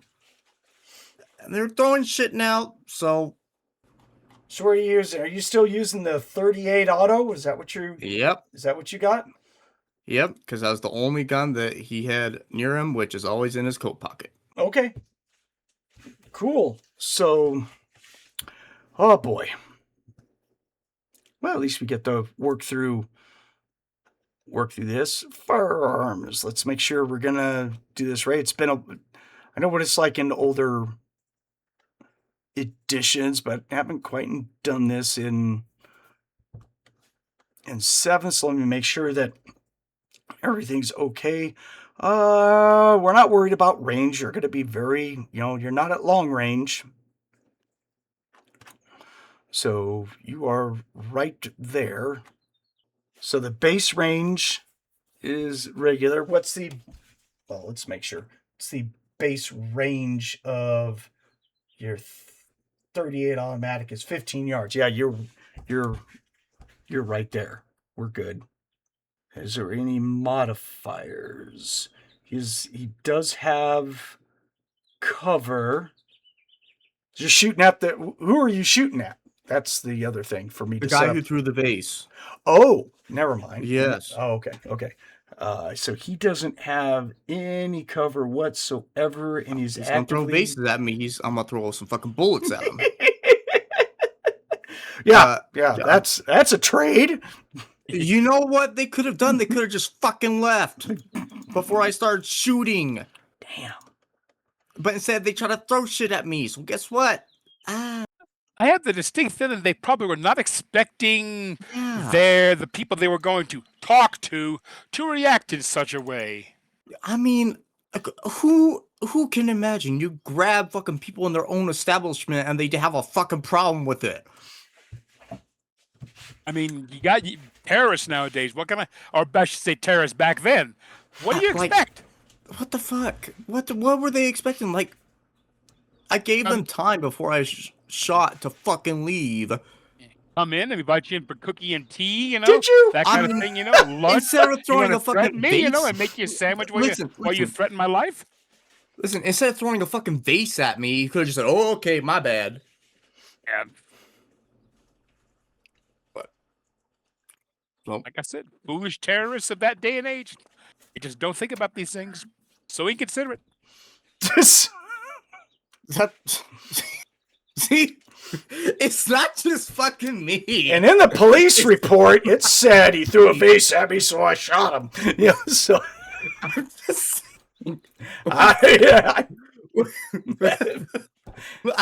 Nick knows where's this going. He's just like, well, we're screwed. We're down to these two characters because they're going to go to jail. So well. That was easy. Well, let's see. Half of us went to Tel Aviv, while the other half were being prosecuted for murder. This is good. If they wanted us to go to Tel Aviv, then why didn't they just fucking ask us instead of grabbing Carol? That's not what these guys are here for. Well, then guess what? Out of character, I have an idea what they're here for. I very much am confident of that, and they just proved it by their actions. So make me it's a regular shot. You don't have a penalty die or a bonus die. You just walk it up and go on like you, bang. So what am I rolling? You're rolling a percent. All you need to do my is handgun skill, right? Right. My firearms handgun, right? You're just getting below basically a 70 because you've never used this skill. So you put a lot of points into handgun. Yeah. It's a 19 I rolled, so that's going to be a hard success. Yeah. He's good at his fucking job, guys.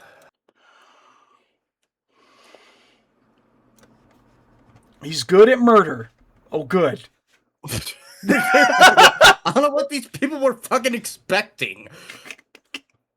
Yeah, my team was wiped out. Was it demons? No, it was just regular bullshit. Now we're left with a coked up investigator Nothing and to do with twitchy Cthulhu germaphobe. at all. They were prosecuted, sent to jail, lost half my group. We've just got the coked up investigator and then the germophobic nerd. Well, how do we explain this? Well, I mean,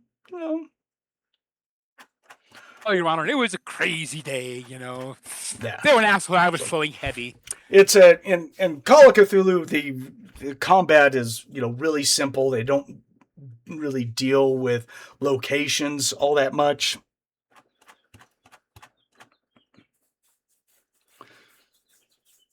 Where you hit really doesn't matter. It's just all about wounds, whether and stuff. So, okay. Oh, goodness. All right, so you're going to shoot this guy. So you're going to roll a 1d10.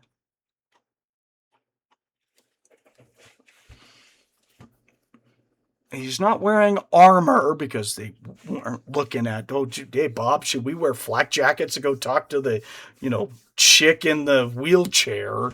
So Why the fuck are they grabbing her then? If she's in a fucking wheelchair, if they just wanted to talk, they don't be fucking grabbing people. I'm just saying, this doesn't make any sense. Their plan is not working out. Uh-huh. We went from intimidating someone to bullet catchers real quick. Remember, they're underneath the impression that we Americans are from a weak, decadent nation. We are cream puffs. Let's just have a civil fucking conversation. No, let's start fucking grabbing people and expect them to be fucking okay with it. It makes total fucking sense. Still waiting for that 1d10. Oh, I didn't know you were ready. Okay, a 5. So this is going to be over half of his maximum hit points. So that becomes a major wound. Oh, wow. He is immediately going to fall prone, and he has to make a successful Constitution roll to avoid falling unconscious. I think this is the first we've actually had this kind of conflict, isn't it? Yes. That's why I'm taking time to go through. Understandable. No complaints, I promise. Yeah. I just suddenly realized that, wait a minute, it's the first time we've done this, isn't it? If the damage from a single attack is less than half the character's maximum hit points, it is regular damage. If it is equal to or more than half of the character's maximum hit points, it is a major wound. He only has 9 hit points, so this is a major wound. It is over half of his max. So he just took a shot in the chest, and it's a major wound. So he's got I'm gonna say this again, gentlemen, okay? Any more throwing stuff, any more grabbing my stuff, listen, y'all need to either leave or explain why the hell you coming in here acting like fools. That's what he's saying. So we make a con check. And, 76. And he doesn't have that high. He doesn't have that. That's a con right there. Wow. No, he doesn't have that. So bad guy number 2 gets a shot in the chest and falls. Blat. Okay. And then he does his... I do my spiel. He does his spiel. Any other motherfuckers want to limp? Yep. Well, I'm just saying, get the fuck out, bro. Get out.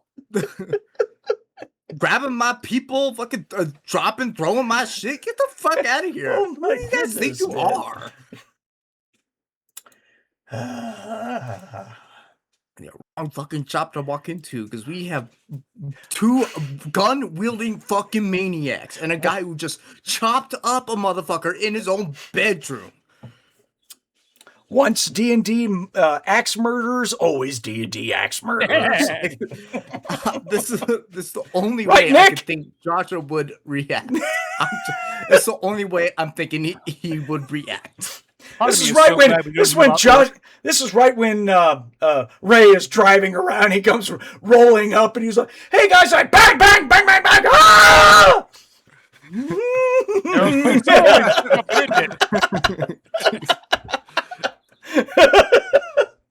Just stopped by for lunch. What happened? Gee whiz. Came by for lunch, left for a homicide.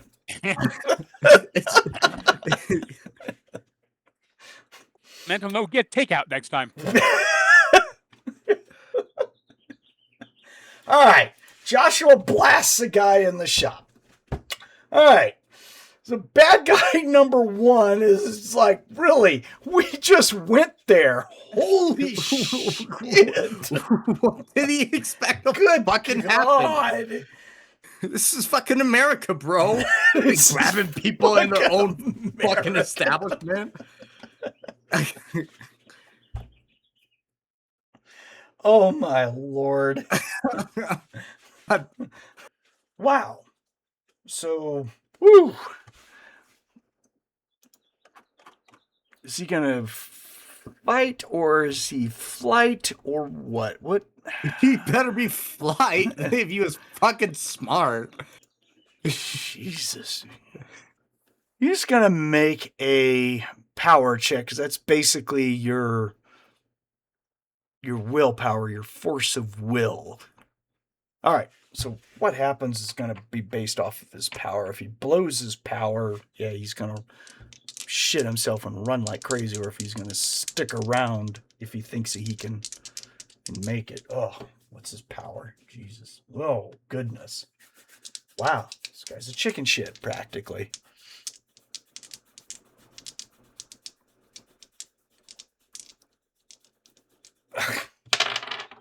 All right. Whoop. Oh, yep. Yep. That's a thing. So I rolled a 65. So all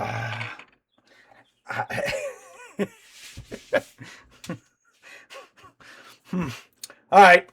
So yeah, forgive me for the obvious names, but yeah, he's gonna yell out. No, Ahmed! You shot Ahmed! What the?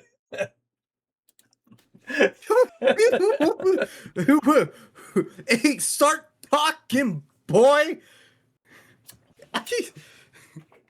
Yeah, he's not talking. He just yells out after his boy that you just shot, and he is going to clumsily just try and GTFO. There we go. That should have happened from the fucking start. Mission accomplished. Get the fuck out. Business goes back to normal. Hide the fucking body, kill him in my fucking cellar, and hide it. Oh, nothing fucking happened. No cameras around here. No surveillance. They won't fucking know. Other customers who are freaking out right now. Well, they can. Okay. Well, they can go shut the fuck up too, I guess. Wow. As once an assassin, always a fucking assassin. The mother Cthulhu has blessed me with a gun today. Yeah. Yeah. Hey, as a private investigator, Ray, do you have a police scanner by any chance? That's a logical question. I'd see that.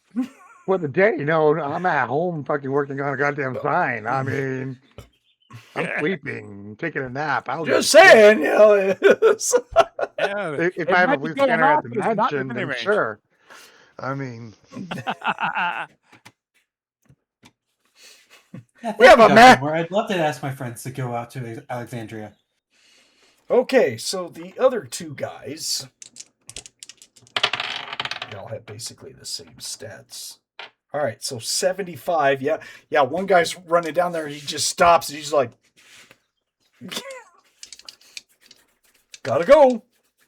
They don't pay me enough for this. Yep. We're with, crazy ass cowboy Americans going nuts. Bang, bang, bang, shoot them up. I mean, Yep. Someone didn't give them the fucking memo. one guy, number 3, made it. His power. He's just, he stops advancing. He just stands there and he's just all like,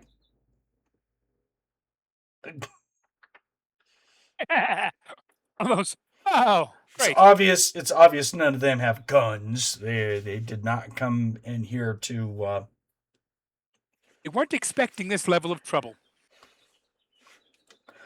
Well, them crazy Americans just go shooting for no damn reason. They don't care about anything, apparently.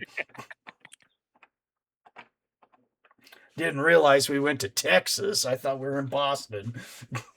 We hear them motherfuckers are crazy. Have you tried to walk down the fucking streets of downtown Boston and try to grab someone? Go do that and let me know how it goes for you. And just for giggles. Okay, so there are other customers in here that are obviously there's some screaming and some freaking out going on. Oh my god. Y'all be overreacting. Just get out of the fucking store. Let me finish this shit, okay? Just leave. It is that goddamn simple. Leave. Well, on the bright side, at least he shot the guy that ruined my 2 items, didn't he? See, that's what I'm saying. Like I said, you got the guy that broke the tea set and threw the vase at you, right? That was one and the same person. Damaging our property, bro. Like, bro, you gotta fucking die for this bullshit. That's why I'm saying that was the one you shot. Am I correct? Yeah. Okay. Yeah, fuck around, find out.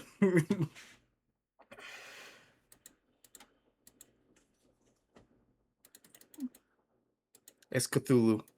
He's already fucking insane. Technically, he's not, but okay. He just got done axe murdering and chopping up a whole fucking person in his apartment. And now I'm thinking of a way how you're not going to go to jail for murder. So, I mean... Well, we'll get to that when we fucking get to it. Well, I mean, there's really nothing in common, unless you're just going to start shooting at other dudes. No, like I said, after he shot him, I said, but y'all better start talking or leave. Now, the other guy can't leave. He is unconscious and bleeding like crazy all over Carol's floor.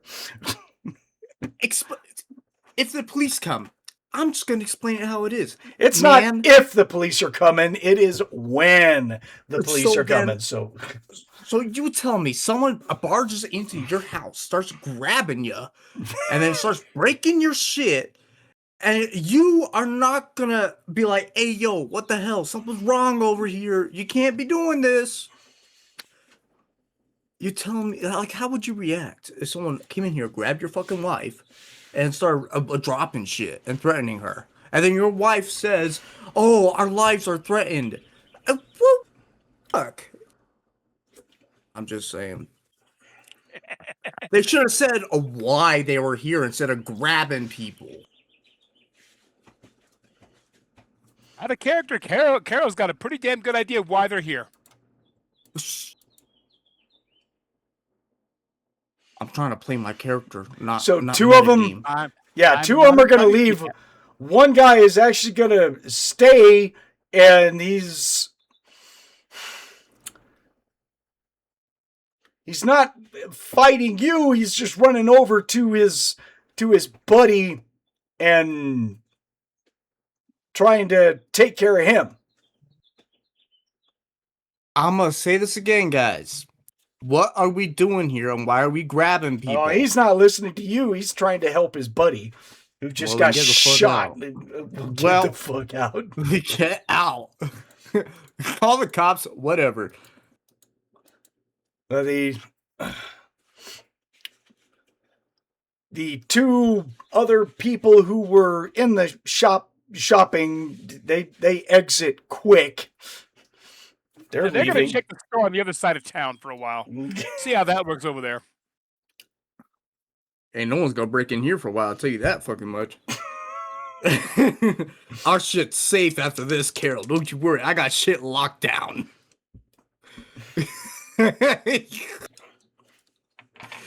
So I'm rolling for. Well, the bad guys, they're not calling the cops. They're more worried about like, damn man, Ahmed got shot in the face. Did you see that shit? Wow, I'm almost at a loss. It was like, it's supposed to be a fist fight, and someone decided to amp that shit up to a disintegration. Good job. Thanks, Abrams. He's a fucking assassin. Thanks, Abrams. Appreciate the disintegration in the middle of the Rhodian house. We appreciate that. Goddamn robots. Goddamn You're robots. welcome.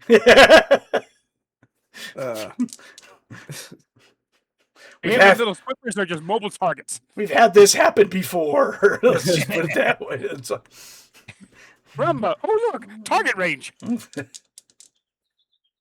Gonna buy him 10 Rumbas and let him practice on those where they go roll across the floor.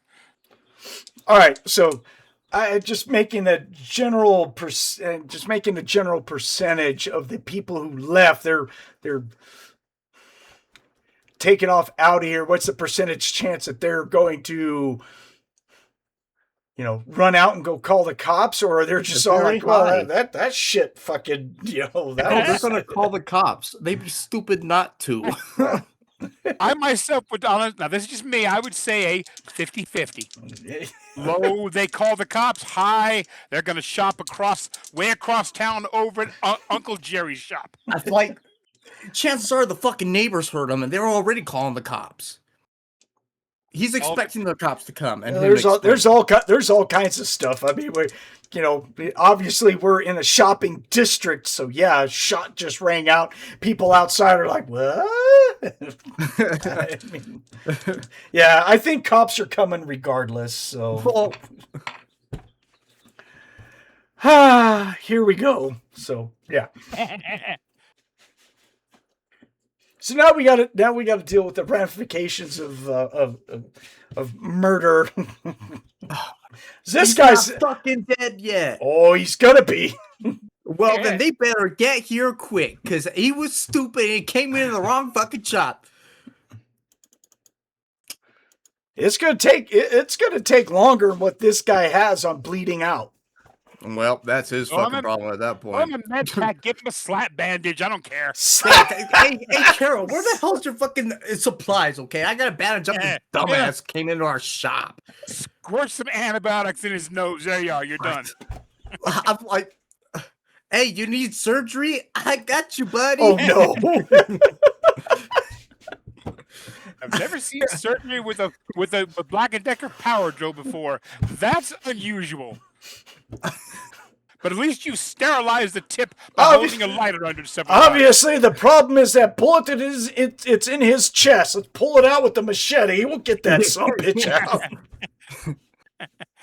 A, this is our fucking group. B, this is Yeah, I'm thinking that we need a whole new group, because I'm starting to think like, you and Carol about to go to jail for murder, and the other two are just all like, so what do we do now? Well, I don't know, bro. We're gonna go carry on with the adventure, because it just sounds like Joshua just capped a bastard, and Carol was just all like, "Yep, fuck him, he's dead." So, Yeah, how's your day, Ray? They came into our fucking shop and started grabbing people. Then Carol said, "Our lives are in danger. These people are here to kill us." How am I gonna fucking respond? I love sawing this thigh. my day was great. I was making circles. It was fucking great. I mean, I was doing just like. Note to self, my brother's taking up arts and crafts. This called Next Cthulhu. day, Are read we the fucking paper. surprised? People are gonna die. Maybe not in the way that you wanted them to, but I just started it early, okay? Oh, good. So, yeah, at some point, Johnny Law and ambulances and everything's gonna show up at Carol's place. Y'all have to be quick about it. You don't have longer left, all right? Hey, I can help y'all too. I know surgery real fucking good. I got this. I fucking got the y'all need to hire me as a surgeon. I have lots of experience. I heard a whole lot from Thomas. Carol, what are you doing while Joshua's going on axe murderer spree? and yelling at this guy about how he's gonna fucking kill him, his neighbors, 6 dogs, rape his cat. No. That's not what I'm saying. I asked them, what are y'all doing in here? Acting like a fool. Carol, what are you doing? I want to know, is that one goober still trying to get a hold of her? Were you not listening? I heard you said someone with a chicken shit and tries to run. Was that the guy that was behind her? Yes. Or tried to get behind her? Yeah, he left. All right. Because I didn't have an action order to try to stop him. You wouldn't. He would be, because he would have moved long before you would have tried to shoot. Well, not shoot, but I mean, I guess you could have grab shot. and or trip. No, his move would have taken him way out of your range. Like I said, I didn't have a chance to stop him before he took a hike. We've got one dude on the floor and one guy that is over him trying to administer first aid. Am I correct? That's what we got left in the store? I haven't rolled that guy's first aid because it's not like he's got a lot to do. I'll see what he can do. He doesn't have first aid and he doesn't have access to a first aid kit, but he's trying his best. I was assuming that's what he was doing, sir. Yeah. That's what I was assuming too. This just all went into a complete shit show, so I'm just trying to somewhat recover and see what's going on in this poor game now.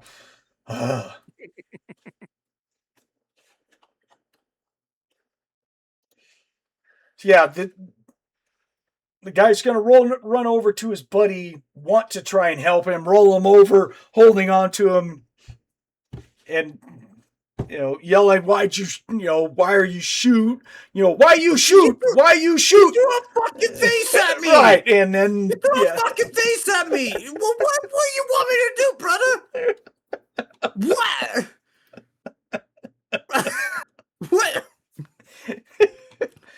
I got skitterish. What can I say? Hey, Nick, you want to play a police officer coming in to have to listen to this? Freeze! You threw a vase, so you shot him in the chest. Put these bracelets on. I mean, yeah, it's got your back. Oh my God! On the boys in the paddy wagon, okay?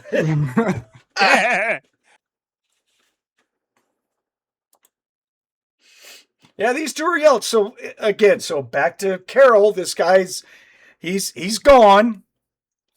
All right, then basically get what she can, which is regain herself, compose herself, get over there to the guy that she shot. She can't be too. She's thinking she can't be too intimidating. Sitting in a wheelchair. If she pulls out her he pulls out her shotgun and gets over there and says, "All right, fucker." Oh, good. You come in my store. You and your boys threaten my life, telling me you're not going to go fucking hunt for these goddamn things because something bad could happen to you. I take offense at that. A lot of offense. So you roll over to the back of the store and go grab your shotgun, basically. Yep. That tracks with our group. That's fantastic. All right. Out of character, for all she knows, he may have a gun in his coat. He ain't pulled it out yet. Hell, they may have knives. They ain't pulled them out yet. As far as she's concerned, this could be one of those, you need to not do this or bad shit may happen. Meaning, I knock stuff over, maybe I'll pull out the knives or something. And Joshua's yelling at this guy while he's holding his buddy. You run down there and rummage around, and he sees you come out with the shotgun. At that point, he's just all like, oh, fuck, these Americans are fucking crazy.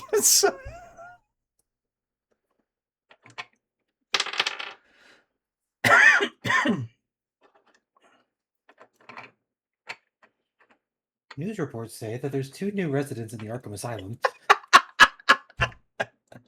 Cthulhu made us do it.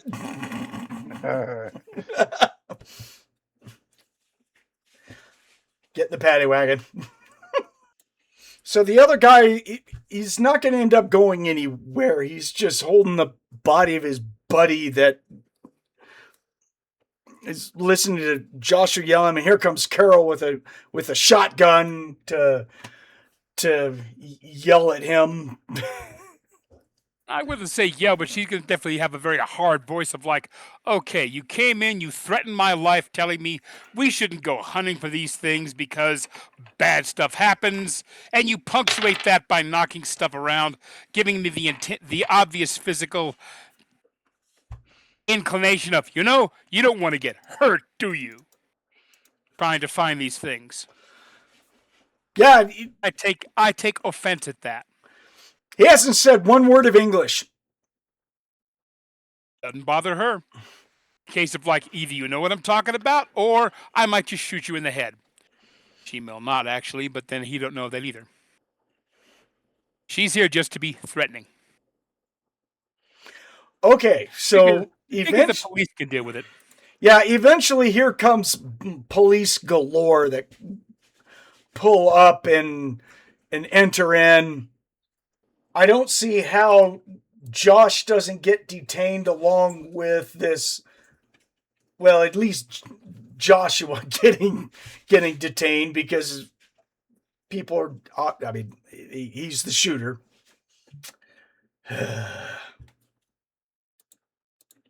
Erin will tell her side of the story exactly that.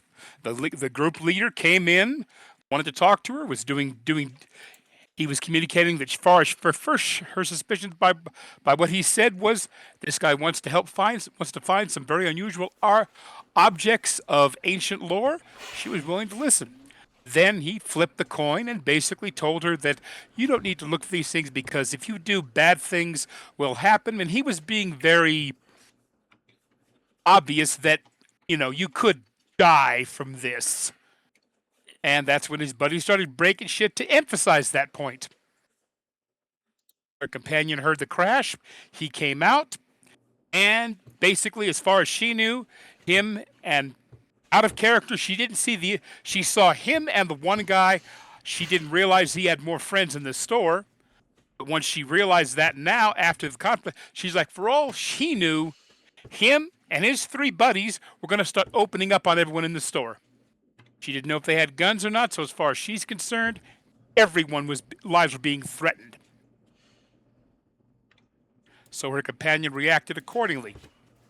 He pulled out his weapon, and the person when he pulled it out, he seen him and immediately picked up something and flung it at him in an attempt to stop him. My companion answered, taking the course of, "Oh, you want to throw things at me? You're trying to delay me while you get your own gun out." He then had his gun out and he shot him. The leader, the one that spoke English to me and threatened our lives, ran out the store. The other ones, I assume he left. The only one that stayed is this guy right here, and he hadn't spoken a word since before you got here. I'm keeping an eye on him. You can have him now. That is the side of the story she tells the police. Hey, Josh, put your hands behind your back. So yeah, you'll get detained at least for investigation. It's just the way it is. That's fine. Because there was a shot. Now, there is a good chance that they could just say that, yeah, this was self-defense, but the police have to investigate. Plus, you got another guy who's going to, I don't know, let's see how much he's going to lie his ass off to try and save his buddy's life, saying, crazy American just started shooting for no reason. Which, unfortunately, and here's the funny thing is, he speaks no English whatsoever. So the officers are all like, dude, we don't even know what you're saying. We have a dead guy. And so what about your friends? He's not going to give up anything for his friends. Obviously, so you guys won't see him anymore because they're going to go off and talk. So, so the police are going to go off of what Joshua's saying, which is, in short, please don't go off, but which Oh, no, is, I'm in done. short, is he threw something at me. They came in to basically threaten, intimidate, rob the place, all that good stuff, which Carol's going to say, yeah, this is what happened. Yeah, this is she's what gonna try happened. to back- We don't need the 15-minute. She's gonna try to back it up. Please Same stop. thing. Please. Okay, we're good. I got it. I got it.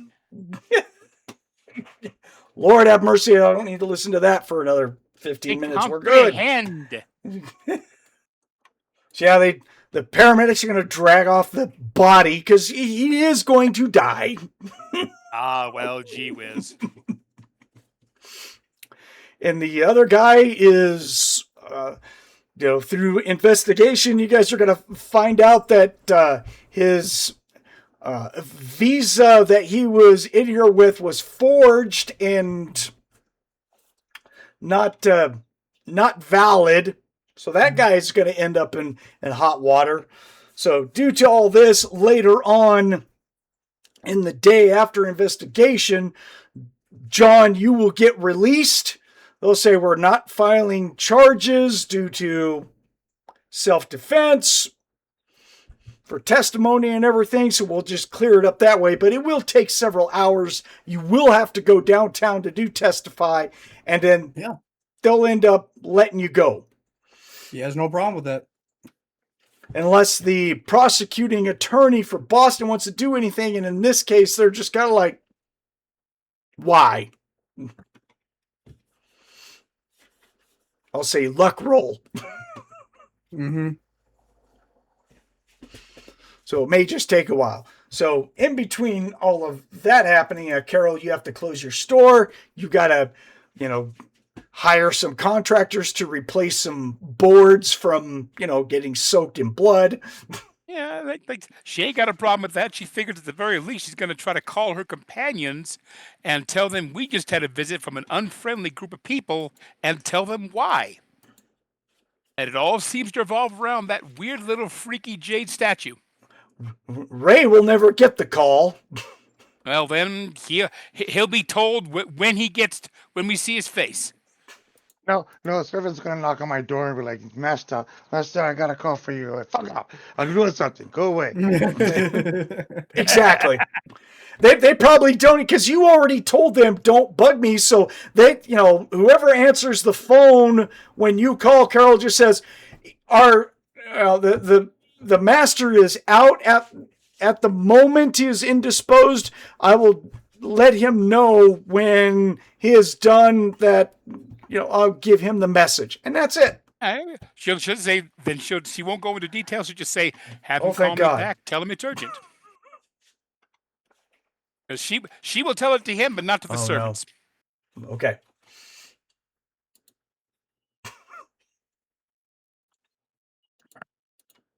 And Josh ain't going to be able to. Jonathan or Josh? Oh my gosh! Now I messed up the Joshua. name. Darn. So Joshua won't be able to say anything to anyone because he's too busy sitting in downtown, going like, "Why am I here?" No, he knows why he's here. That's the Okay. I get a thing. sandwich at least? Like, he has no problem being there. He knows why he's there. Bologna sandwich for lunch. Yum.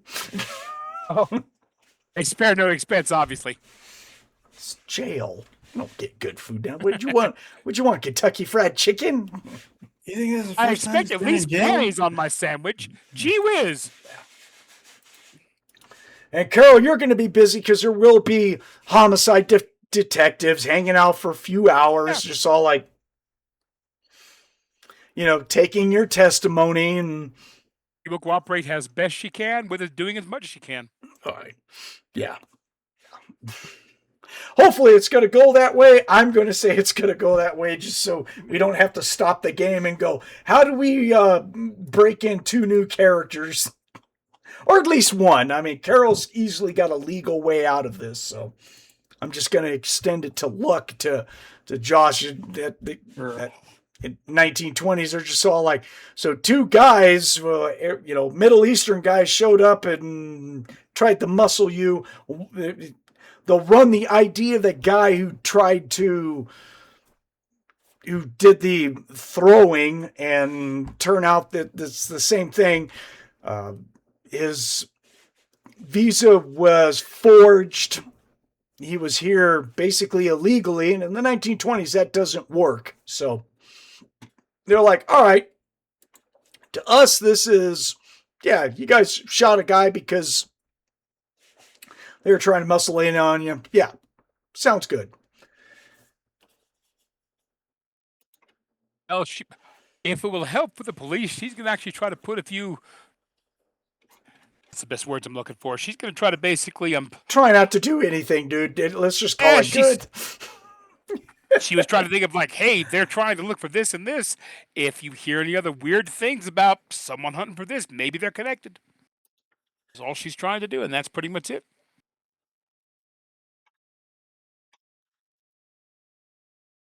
Yeah, unless anyone in the group is a lawyer wants to help out, but they're really, like I said, nothing happens to Josh. You guys knows got what law is. You guys have a good enough alibi, so your two stories collaborate. Along with they'll talk to people who were shopping in there, going like, yeah, this dudes just showed up, started grabbing Carol, and one guy threw another thing, and then the guy in the black coat that pulled out a gun and shot that dude. So, end of story.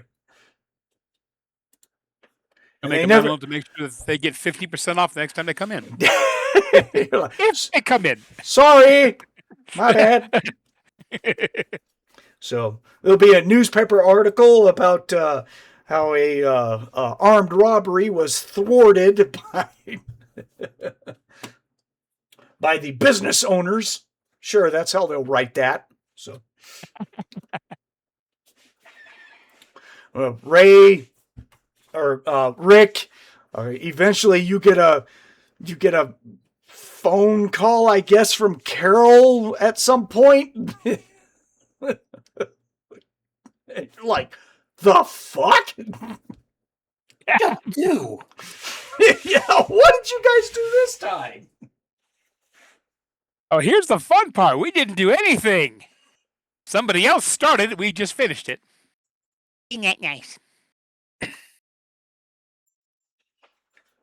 Depends on who calls her as to what she's going to say.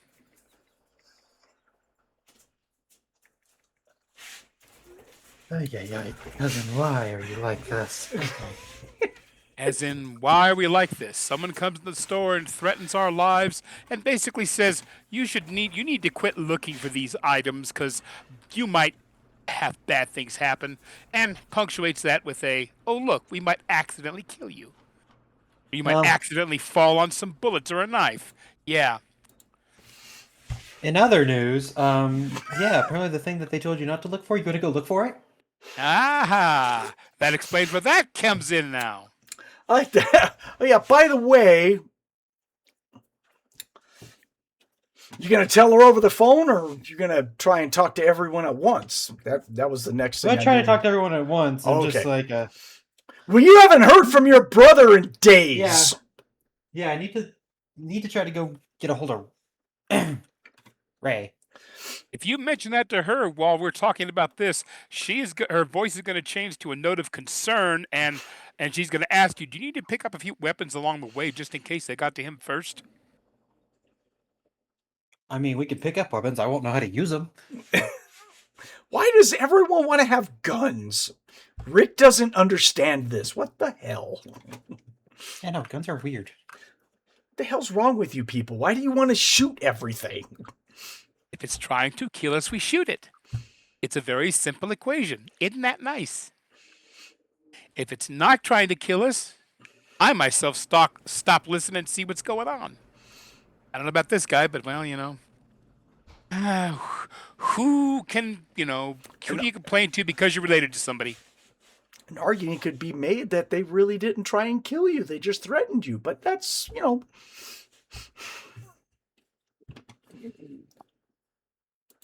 Yeah, I took it the way they intended it. If you do this, you might accidentally be killed. Yeah, you guys got away with it for gaming purposes. So, yeah, you guys have the yellow PC jackets on. Rules don't apply to you guys. All right, we got you. Rules around us are weird. Oh.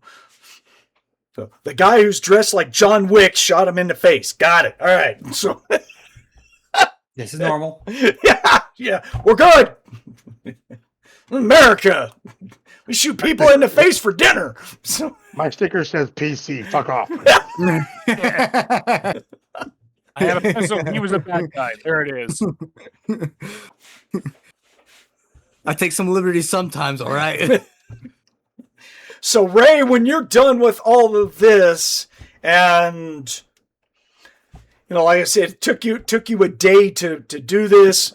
You finally go up to go eat and everything, and you have these messages that Carol called, and I'm sure that at some point you're going to see messages that Rick is trying to get a hold of you.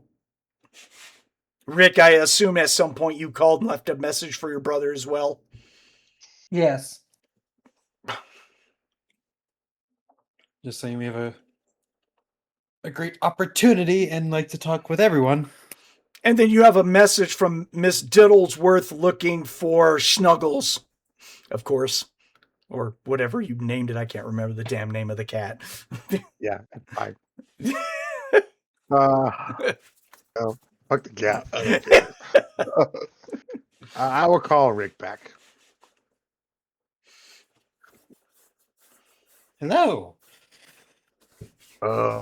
Yeah, you called. My servant said you left a message. What's up? Yes. Well, for starters, apparently Josh went to jail. Why am I not surprised?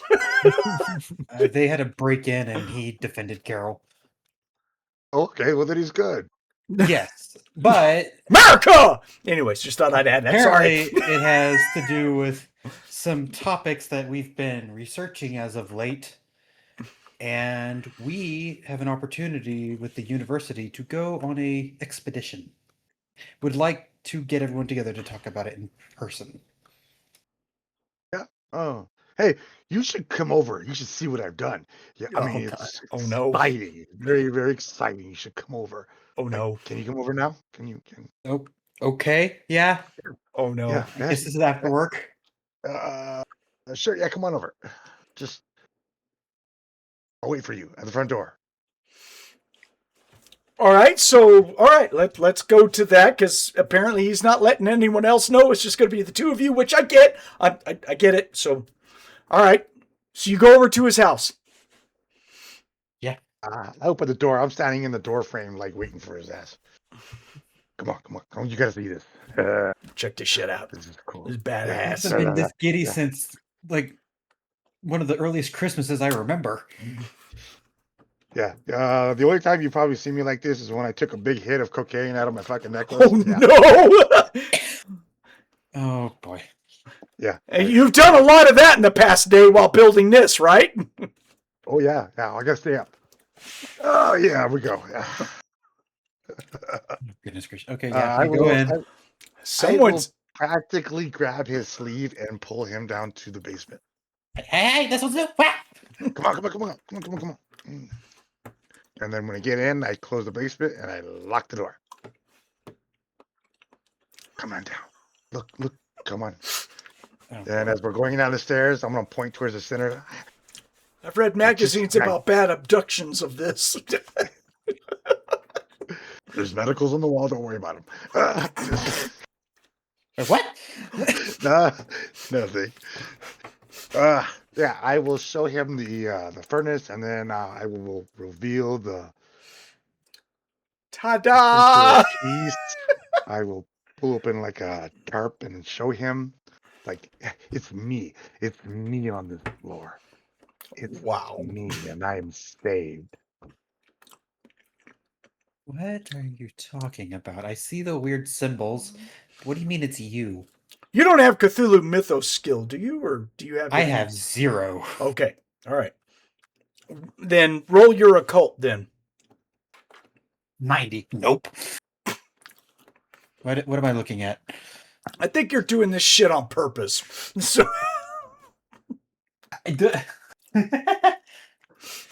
Isn't that the Southern European symbol for iced tea? Fried chicken. Fried chicken. Shut up. yeah, it makes no sense what you're looking at there, Rick. Good job. So, hear me out. Hear me out. I had a dream. This was in the desert, and was talking to this female, and she was walking with me, and then she pointed to the sand, and she made this map, and then she made this ruin, and she told me I needed to build it, and I would save myself.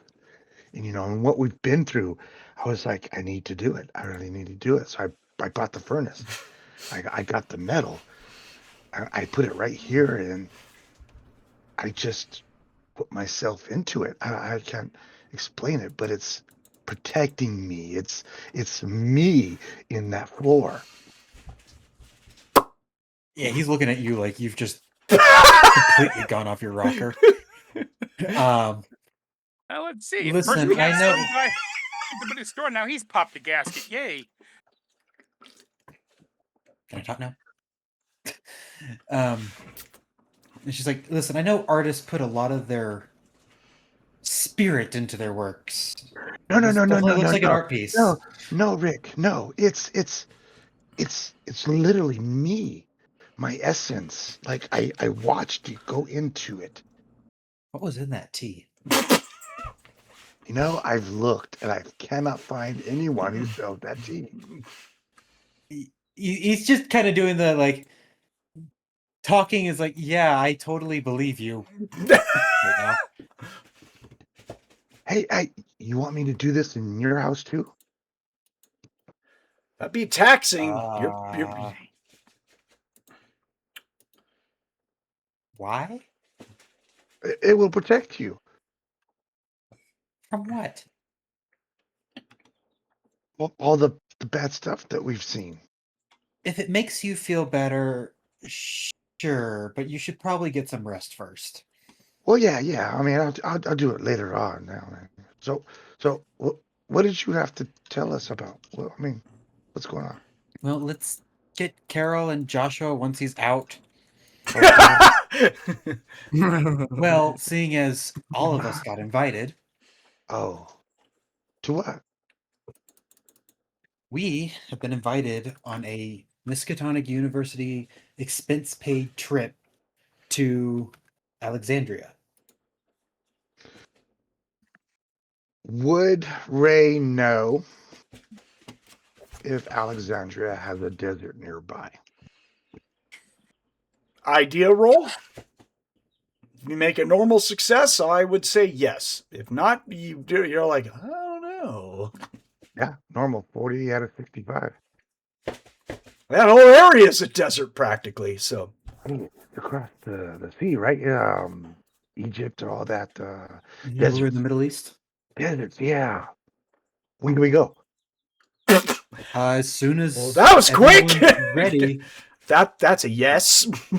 Did you need money? I mean, We need Josh and Carol. okay.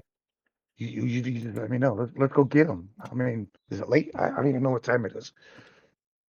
You were just out staring at the. Okay. I think you need at least a good night's sleep first. Yeah. It has been really tiring. You're How more about twitchy than me when I tomorrow? find a new chemical reaction. Yeah, sorry. I had my necklace a few times. Oh, Yeah. I have to resupply that. In the morning, then come get me. We'll go get Josh and Carol. Okay. Okay. Go to bed. Yeah. Go to bed. Go to bed. I will. Here, let me walk you out. Then I Go. will lead them back to the thing. I lock it with this lock. Open up the door, make sure it's locked, and then walk them out the door. Okay. So where are you going to? Where's everyone meeting at? Where's the meeting for everyone gonna take place at? Probably at Rick's house. Okay. And Josh and Carol, you guys driving there yourselves just to Yep. meet there? No one told me about it. Oh, he's Once- going to make a call and tell you all about it. Once we Okay. get word, I figure, get our stuff together. Just since it's like meet us over here, we're going to talk about something. Okay. Yep. Assume they'll do that, and yeah, we'll go. Okay. So everyone's going to go to Rick's place and have like Now- a dinner, basically. Now we can start sharing notes on what's happened over the last few days, because at least one of our party has been in his basement all this time. No, he was only in it for a day. I figured He's he a little basically- manic for a few days, though. Yeah, he needs sleep. I mean, he's a very tired guy from spending all this power. I figured it took him a couple of days. Not to mention he No. crashed at least once. I mean, he didn't sleep when he was doing this. Trust me, he stayed up. I knew that. He wasn't going to sleep with that one. Afterwards, another matter entirely.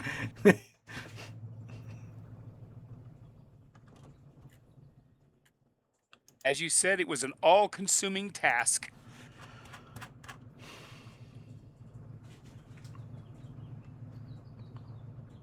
Yeah, once Ray's had enough to regain his bearings, and he starts speaking plain English. Yeah, eat that night. I mean, All right. I'm out of cocaine anyway, so Damn.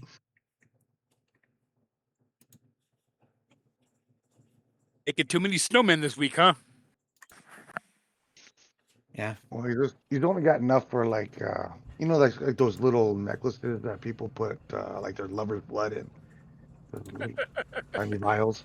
It's kind of the I would- same thing. I'm stupidly sitting there thinking about those candy necklaces you buy in the store when I was a kid. Yeah. You're just Here's- nibbling on some of the beads. I'm way off base. Here's sand from this place, and it's like a little tiny necklace with a little jar. Yeah. But the Oh, sand yeah. is white powder. Yeah, well, Okay, so Rick, the floor is all yours. Okay. So, just double checking my notes. It was Dr. Moore that gave me the thing, right? Yes. So, Yeah, he's going to, by the way. I mean, he's obviously. Dr. Moore has asked us to join him on an expedition to Alexandria to try to figure out what went on with Peter's dad and try to get to the root of all this, specifically referencing this emerald statuette. Completely funded by the Miskatonic University. And for all of us to go. I've already got an answer from Ray, but Carol and Josh, would y'all like to join this expedition? See if we can get some answers. Considering what's happened over the last couple of days, somebody wants us to not go on this expedition. Of that, I'm confident. We Which better is be why we're prepared. gonna do it. Okay. Hell Why we're gonna yeah. do it. Hell yeah. Okay. Because forgive me, but it's one of those. The more they don't want us to go, the more I'm thinking they have to go. I could be wrong. Where we go? I could be wrong. I could be badly, horribly wrong. But we'll see what happens. Never. We're never wrong. We got orange, we got yellow PC jackets, goddammit. We're always right. Shut up. stickers and badges, okay? Shut up. Yeah. I myself am very interested in going just to get to the bottom of what on earth's been happening, because none of this has been making sense to me. Even this book, and he holds up the Latin book. What's the title again? Well, they don't know No, because switching to it's the board. written in Latin. You're the one that's been. Yeah. Yeah. I got a book. I've been very confused. But I know we're also waiting on some translations that Carol so generously covered the translator's fee for. Yeah, actually, in listening to that, you guys already got that back. I already posted what the Oh. translations were on Discord. Okay. Scratch that. Yeah, we did. She made sure he couldn't walk for a couple of days, but when he was giving you the translations, he was smiling like the Cheshire Cat. Yeah. Something about if we ever need more translations, send her down and we'll negotiate. Hopefully, you guys read that because I posted it, 2 versions of it, and then Brandon put out a translation after he put it through some, I guess, decipher or something. Is that what you Yeah, did? just a picture to text generator. Yeah. So so hopefully you Okay. guys read. Hopefully everyone read that. So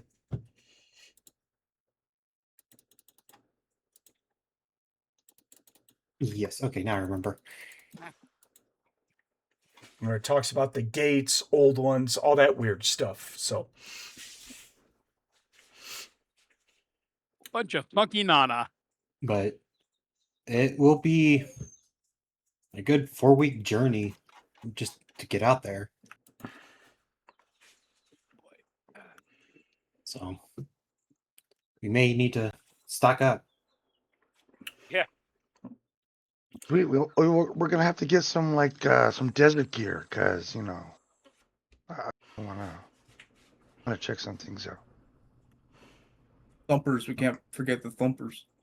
Yeah, There might be pylons of worms. rope.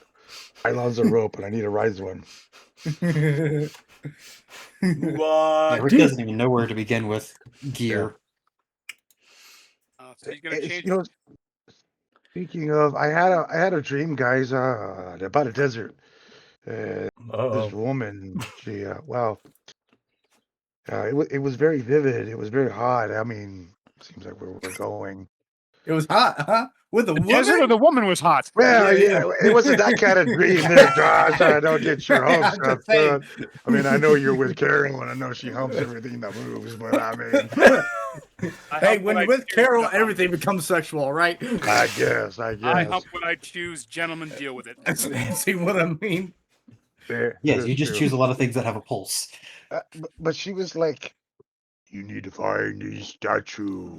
It was really very vivid, and I wrote down this ruin she was telling me about. And I just have this feeling she wants us to find this green emerald statue that we have come across so many damn times in the past. But what do you think? What do you think? Mentioned about, talked about, lives threatened about, etc., and so forth about. I mean, I don't know about you guys, but I think it might be significant. I could be wrong. I mean, Seems like it. wasn't Howard with that science woman? Geraldine Oxenberry. And they went to Egypt, right? Looking for the statue on a trip. She's the one who died. Something about the Dead Sea. Isn't the Dead Sea in Egypt? No? Okay. Dead Sea Scrolls, maybe. the Dead Sea. Yeah, I mean it's out in that area you're going to. I don't know if it's exactly in Egypt. My geography is. Yeah. Don't ask me. Well, Spewing shit for all he knows is in the middle of fucking Russia. So, I mean. Dead Sea map. Hieroglyphics. I know there was hieroglyphics involved with the Dead Sea map. It is a landlocked salt lake between Israel and Jordan. Yep. It's in. What's in Africa? Middle East. Yeah, it's going to be northeast of where Alexandria is. I mean, it's right across from Gaza Strip, which you guys are not really going to. You're just going that you know of. You're just going to Alexandria. I posted up a couple of maps in Discord. So you can see how Oh, look, trademark LucasArts Limited. What do you know? you can see how far Alexandria is. Oh yeah, because they went out. Geraldine went out to New Zealand and didn't come back from that. Well, they had both went on a trip to Yes. Africa at some point looking for the statue. I have that written down too, but I had thought that they had also gone to with your mentor that died, that we were at his house. All three of them went.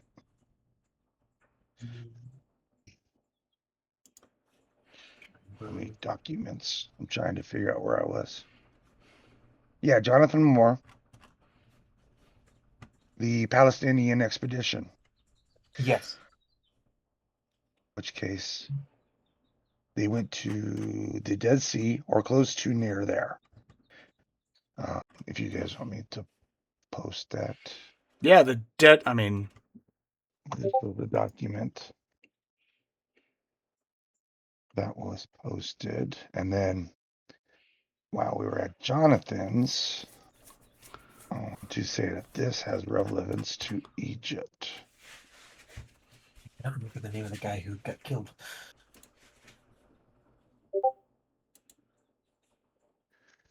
This isn't Jericho in Egypt.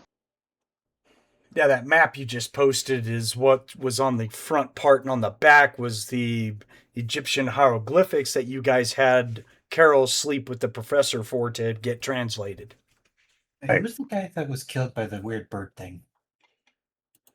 Jonathan Moore. That was the guy that you were supposed to see. Wait, why did he give me a... What the fuck? He was the mansion guy. Yeah, the one who- he's the one who... Oh, no, I'm confused.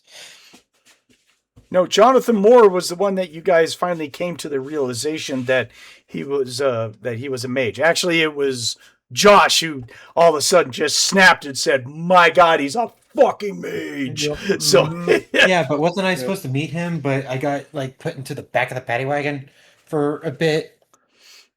And Well, you no. well, you got put in the His- back of the paddy wagon because you broke into the library, and then broke it got into with a key. Yeah. you were released. But like afterwards, I thought we went to Jonathan Moore's house, and he was dead. Yes. Yeah. Yeah, and half his house was gone. Well, And more then than he saw half his house. his, Oh God, I just now. his vault that was on the side of the house that two of you guys went in through the window. Yeah, but We saw all these documents and the map. what I'm trying to get at is, if he died, then how did he give me an invitation to go to Alexandria? Because you saw him like a few days earlier. Mm-hmm. He had come up because he was going to do a seminar for the university. He told you to come by his house later on. He knew he had some things to give you. No, I mean And this then, session. Okay, I'm just relaying information. Unless there was a name that was not given to me correctly. Never mind. Yeah. I thought it was the doctor of the kid that gave the No. invitations. Envelope No. from Dr. Moore, travel tickets and itineraries. Yeah, that's what I Right. thought. Right. And Dr. Moore is the one who died. Unless it's a different Dr. Moore. Wasn't Dr. Moore who did it? That was Jones, who came up to you all smiling that you've been working with. Okay. Okay. I wrote down Moore and Oh, okay. because I'm pretty sure that's what you said. No, it was Dr. Jones. Jones. I'm trying to avoid making Indiana Jones jokes all this time. All right. Well, I fixed my typo then.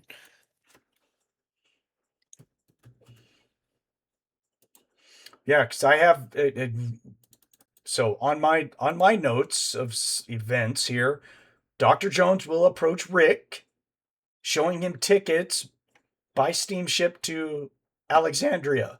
He wants Rick and his friends to go. Okay, I And misheard. they need to find this emerald statue for the University of Paranormal Studies. So if it was more, then it was either miscommunicated or you heard it wrong or I said it wrong. But anyway, it was Jones who is accompanying you who said, hey, we're going. So Okay. It couldn't have been Moore because Moore would have already been dead. He died. Yeah. Yeah. That's why I was confused, and my Okay. notes had more. That's why I was like, wait a second. Okay. No, it wasn't Moore. It was Dr. Jones. Okay. My notes are fixed. Okay. So,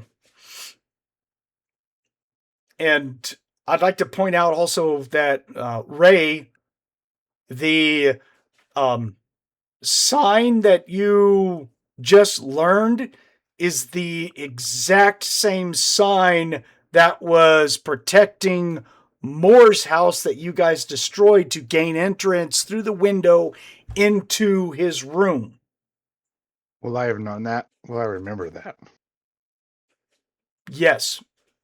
Because Okay. while you guys are talking, that's going to kick in. All of a sudden, you're going to go, when Josh yeah.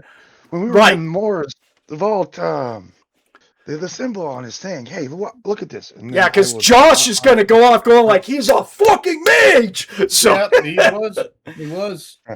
I'm telling you. Well, here, the woman in my dream, this is what she showed me, and then I will get a piece of paper and I will do the exact drawing. There we go. All right. Can I This get? protects me. which can I Josh get is going to go, mythos roll?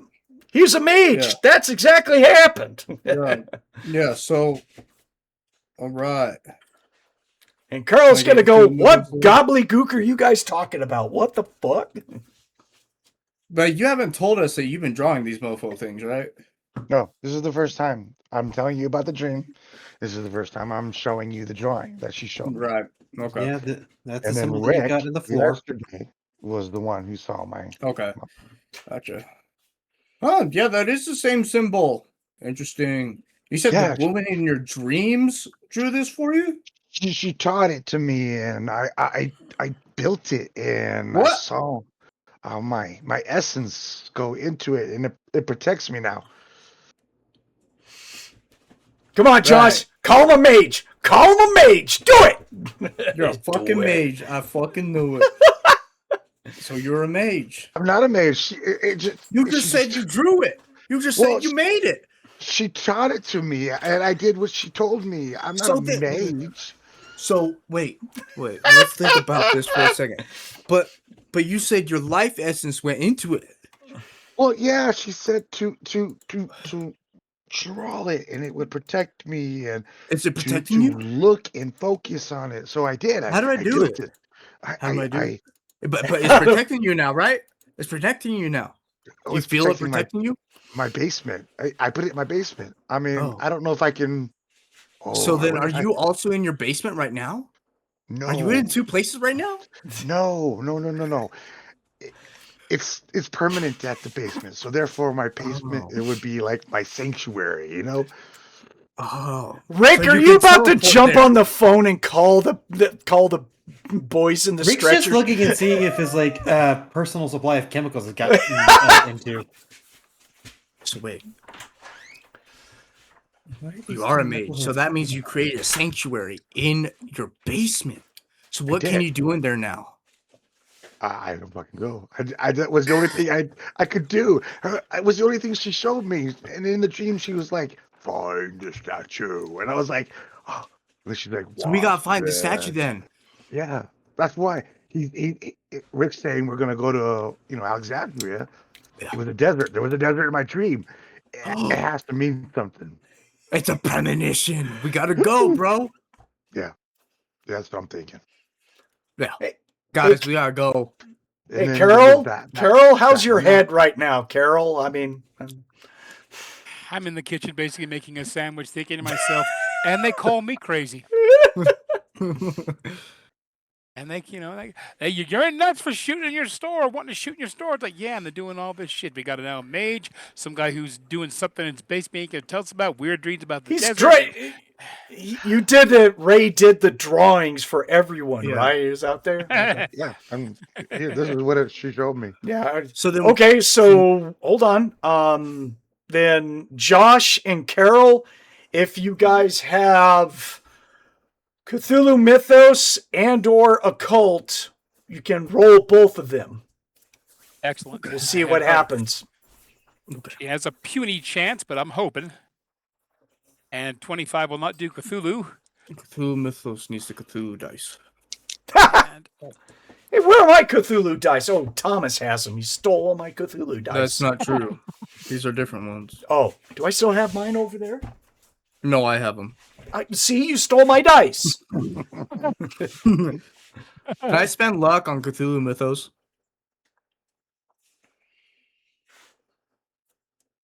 My initial reaction is no, you can't. At least I blew my mythos by 20%. Is it considered a skill? Yeah, it is a skill. That's what I'm thinking. I think you can, but the only thing that gives me question about it is that we can't improve it by regular means. So I was thinking, yeah, Cthulhu Mythos never goes. It only goes up through experience playing the game. It doesn't go up through making it. It's just. So that's why I'm thinking, can I spend luck on it? Because nothing's stopping me from doing it. But it's a skill, so as long as it's a skill, I think I would spend luck on it. I notice it doesn't have a checkbox either, but that's for obviousness' sake. Duh. But that's why you can push a skill if you fail. Yeah, you can't push a Cthulhu Mythos. You give examples of pushing mythos. Fast. So, a player may spend any amount of luck points up to their current luck value on a roll. A player may only spend luck to alter one of their own dice rolls. Luck points may not be spent to alter the result of a push roll. Let's see. Luck points may not be spent on luck rolls themselves, damage rolls, sanity rolls, or rolls to determine the amount of sanity points lost. Okay, so I can. you can spend luck on a Cthulhu Mythos. Biddable. I have 17 Cthulhu Mythos and I rolled a 21. We are pushing that 4 of them. Oh, you can push a Cthulhu Mythos roll too if you want to, but failing the push on a Cthulhu Mythos roll, you start to roll on insanity because it has significant Consequences. Yes. Okay, yeah. So the result of making the Cthulhu Mythos roll is the fact that because you have seen this before at Moore's place, you can effectively now identify this as what is called an elder sign. And you know that it is created to protect oneself from outside of the normal physical realm influences, and or to stop people from teleporting through a gate.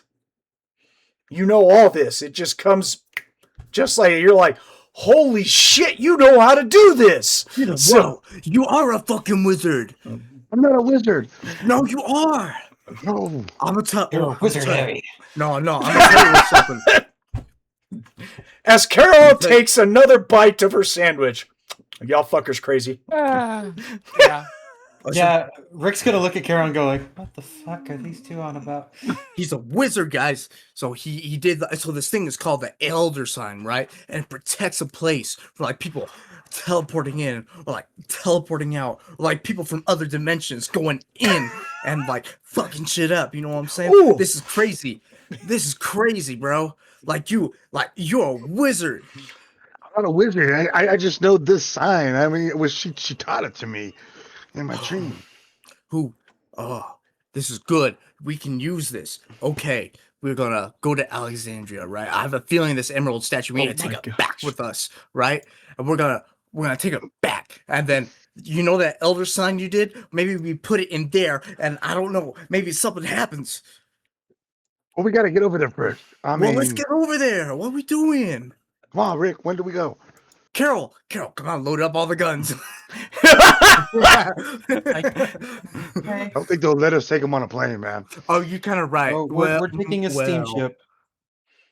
A steamship? They might. Oh, we well, might be able to just smuggle. Smuggle that shit out of there. Yeah, we might be able to. We gotta make rolls about that though. Okay, that's what he says. Rick's just kind of standing there blinking. Hey, Ray. We could put them in a crate that says fragile artifacts, and they won't touch it. Do not open ever. Ever. Yeah. Hey, Ray. Roll me a idea. Okay. 81 out of 65. That's a no. Okay.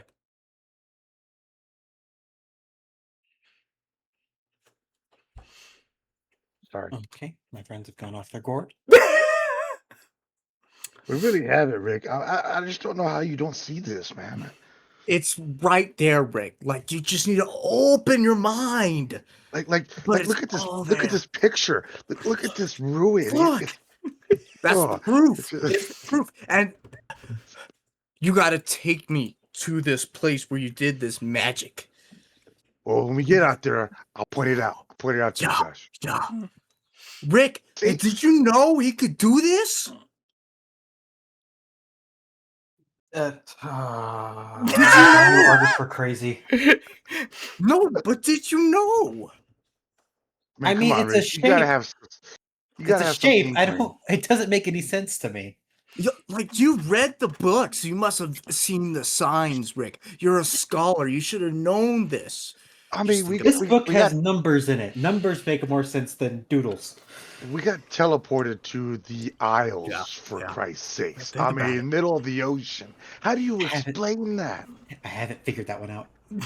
Well, Hurting my head. all this fat creature in fucking Peter's basement. I saw it. I know I fucking saw it, but That was a hallucination. I mean, Hallucination. he's overwhelmed. He is. Leave him he's alone. Leave overwhelmed. him alone. English is hard. But Leave yeah, him alone, guys. Okay. that was a hallucination, and not to mention, So we all was it hallucinated. Croswell? I mean, yeah. he carries.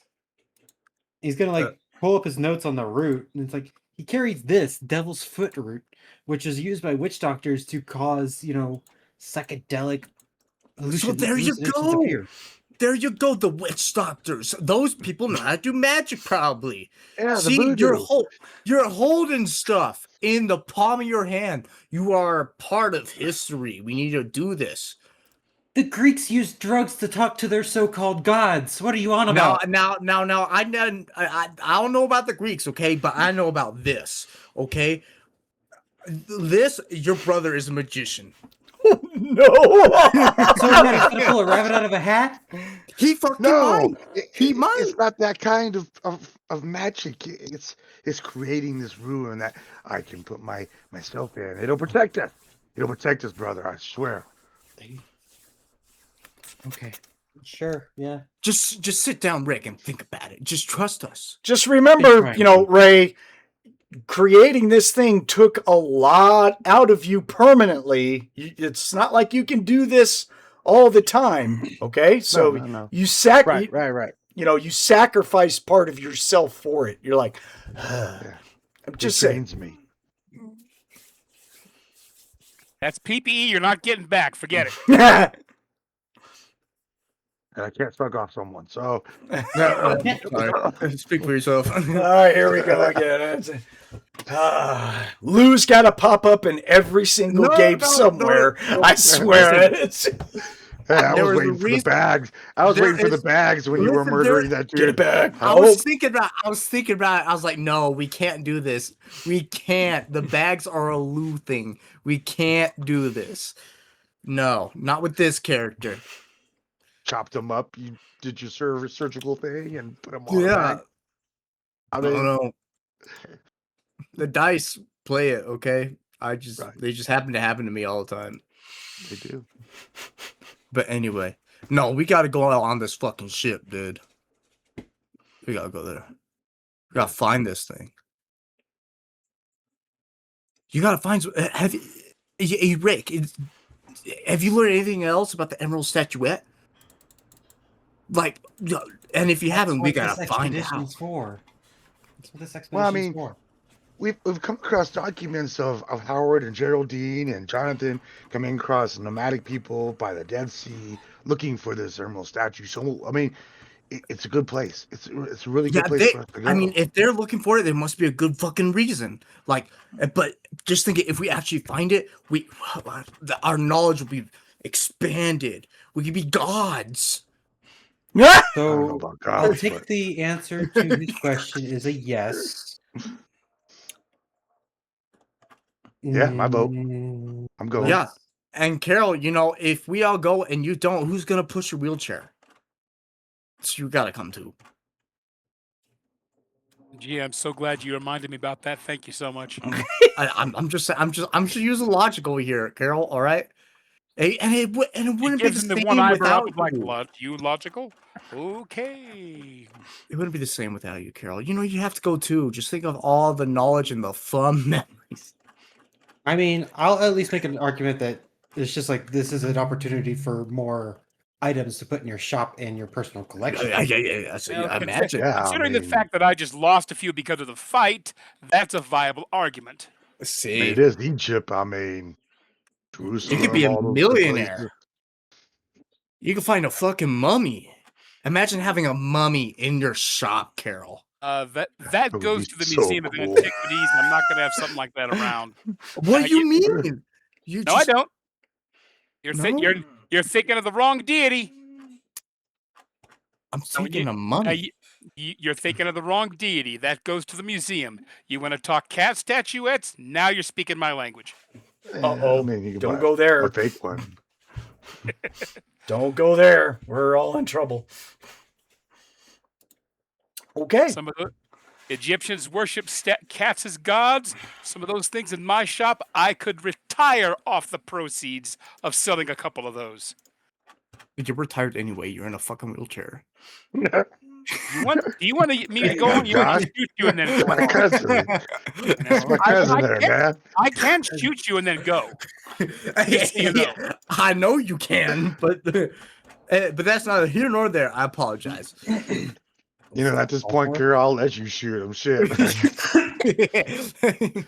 You can take his Probably do all kneecap of out. you some good. Take his kneecap out. He'll put him in a wheelchair too. And then what? Damn. We just gotta weaponize the goddamn wheelchairs. We'll have two of us running around. We're like tanks. Yeah, no, me and Rick are not gonna Oh, push you two weaponize. fucks around. Good grief. As she goes over and pulls out one of her shotguns and puts it in the sleeve. You know what a careful woman I am. Chunk. Oh, I know. Checks, I checks know. the rounds. Yeah. I'm just saying, We got let's go lock and load. Let's go. this trip. Well, she Okay. likes the idea of bringing back a few lovely pieces to enhance the sellability of items in her shop. There you go. So I'll let Dr. Jones know that we are very interested in doing this expedition with him. But is there anything that we need to get to prepare for? I know nothing about this climate. Probably something you'd have to talk with Dr. Jones on. Yeah, Yes. hey, listen, if you need any extra money, you just come, call me, Ray, because our grandfather gave us, well, Me, sorry. All that money. I was gonna say, I remember. Just rub it in. I mean, I would donate it to the cause of this trip. He gave money to the Someone- family, someone- me, but I mean, At the very least, seeing as how we're not going to leave immediately, but I figure we're going to have to take a day or two to get prepared and ready. Definitely get some library use out of this and see what I can find out about the area and the terrain, what they recommend we need to use and bring things along.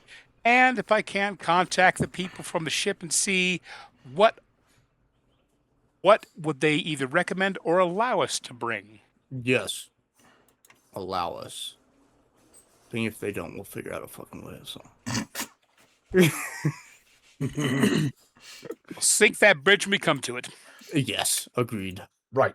Okay, so note to self: pack my own luggage. Don't let them pack for me. We can pack it safely, just don't shake it. Don't shake it. Don't light it on fire either. We could put like guns inside sealed urns, you know? Raw gunpowder. Get some Nah, bombs on here. You know, we may do some Blow show, excavating of do the not site. touch. Yeah, we need the dynamite so that way we get, because we're gonna be doing some digging. Because what if the statue's underground? We gotta blow up the ground to get to it. Oh, good. We That's don't how do they that. I mean, mine. it could be That's in what she middle looks of kinda like. nomadic you don't tribe. blow the fucking ground. That's going to destroy stuff. You Yeah. nut burger. What the fuck are you talking about? Nut burger. You tell me you don't want to blow shit up. Shut up. I know you, Monty. You want to blow something up. If she's hunting for artifacts, no, she does not. Well, then we'll just find something else to fucking blow up then. like a little tribe of people who have no anyway. Oh my god. We're going to find your tribe and say, hey, have 20 boxes of dynamite. Watch things go boom. They're candles. They're special candles. All right.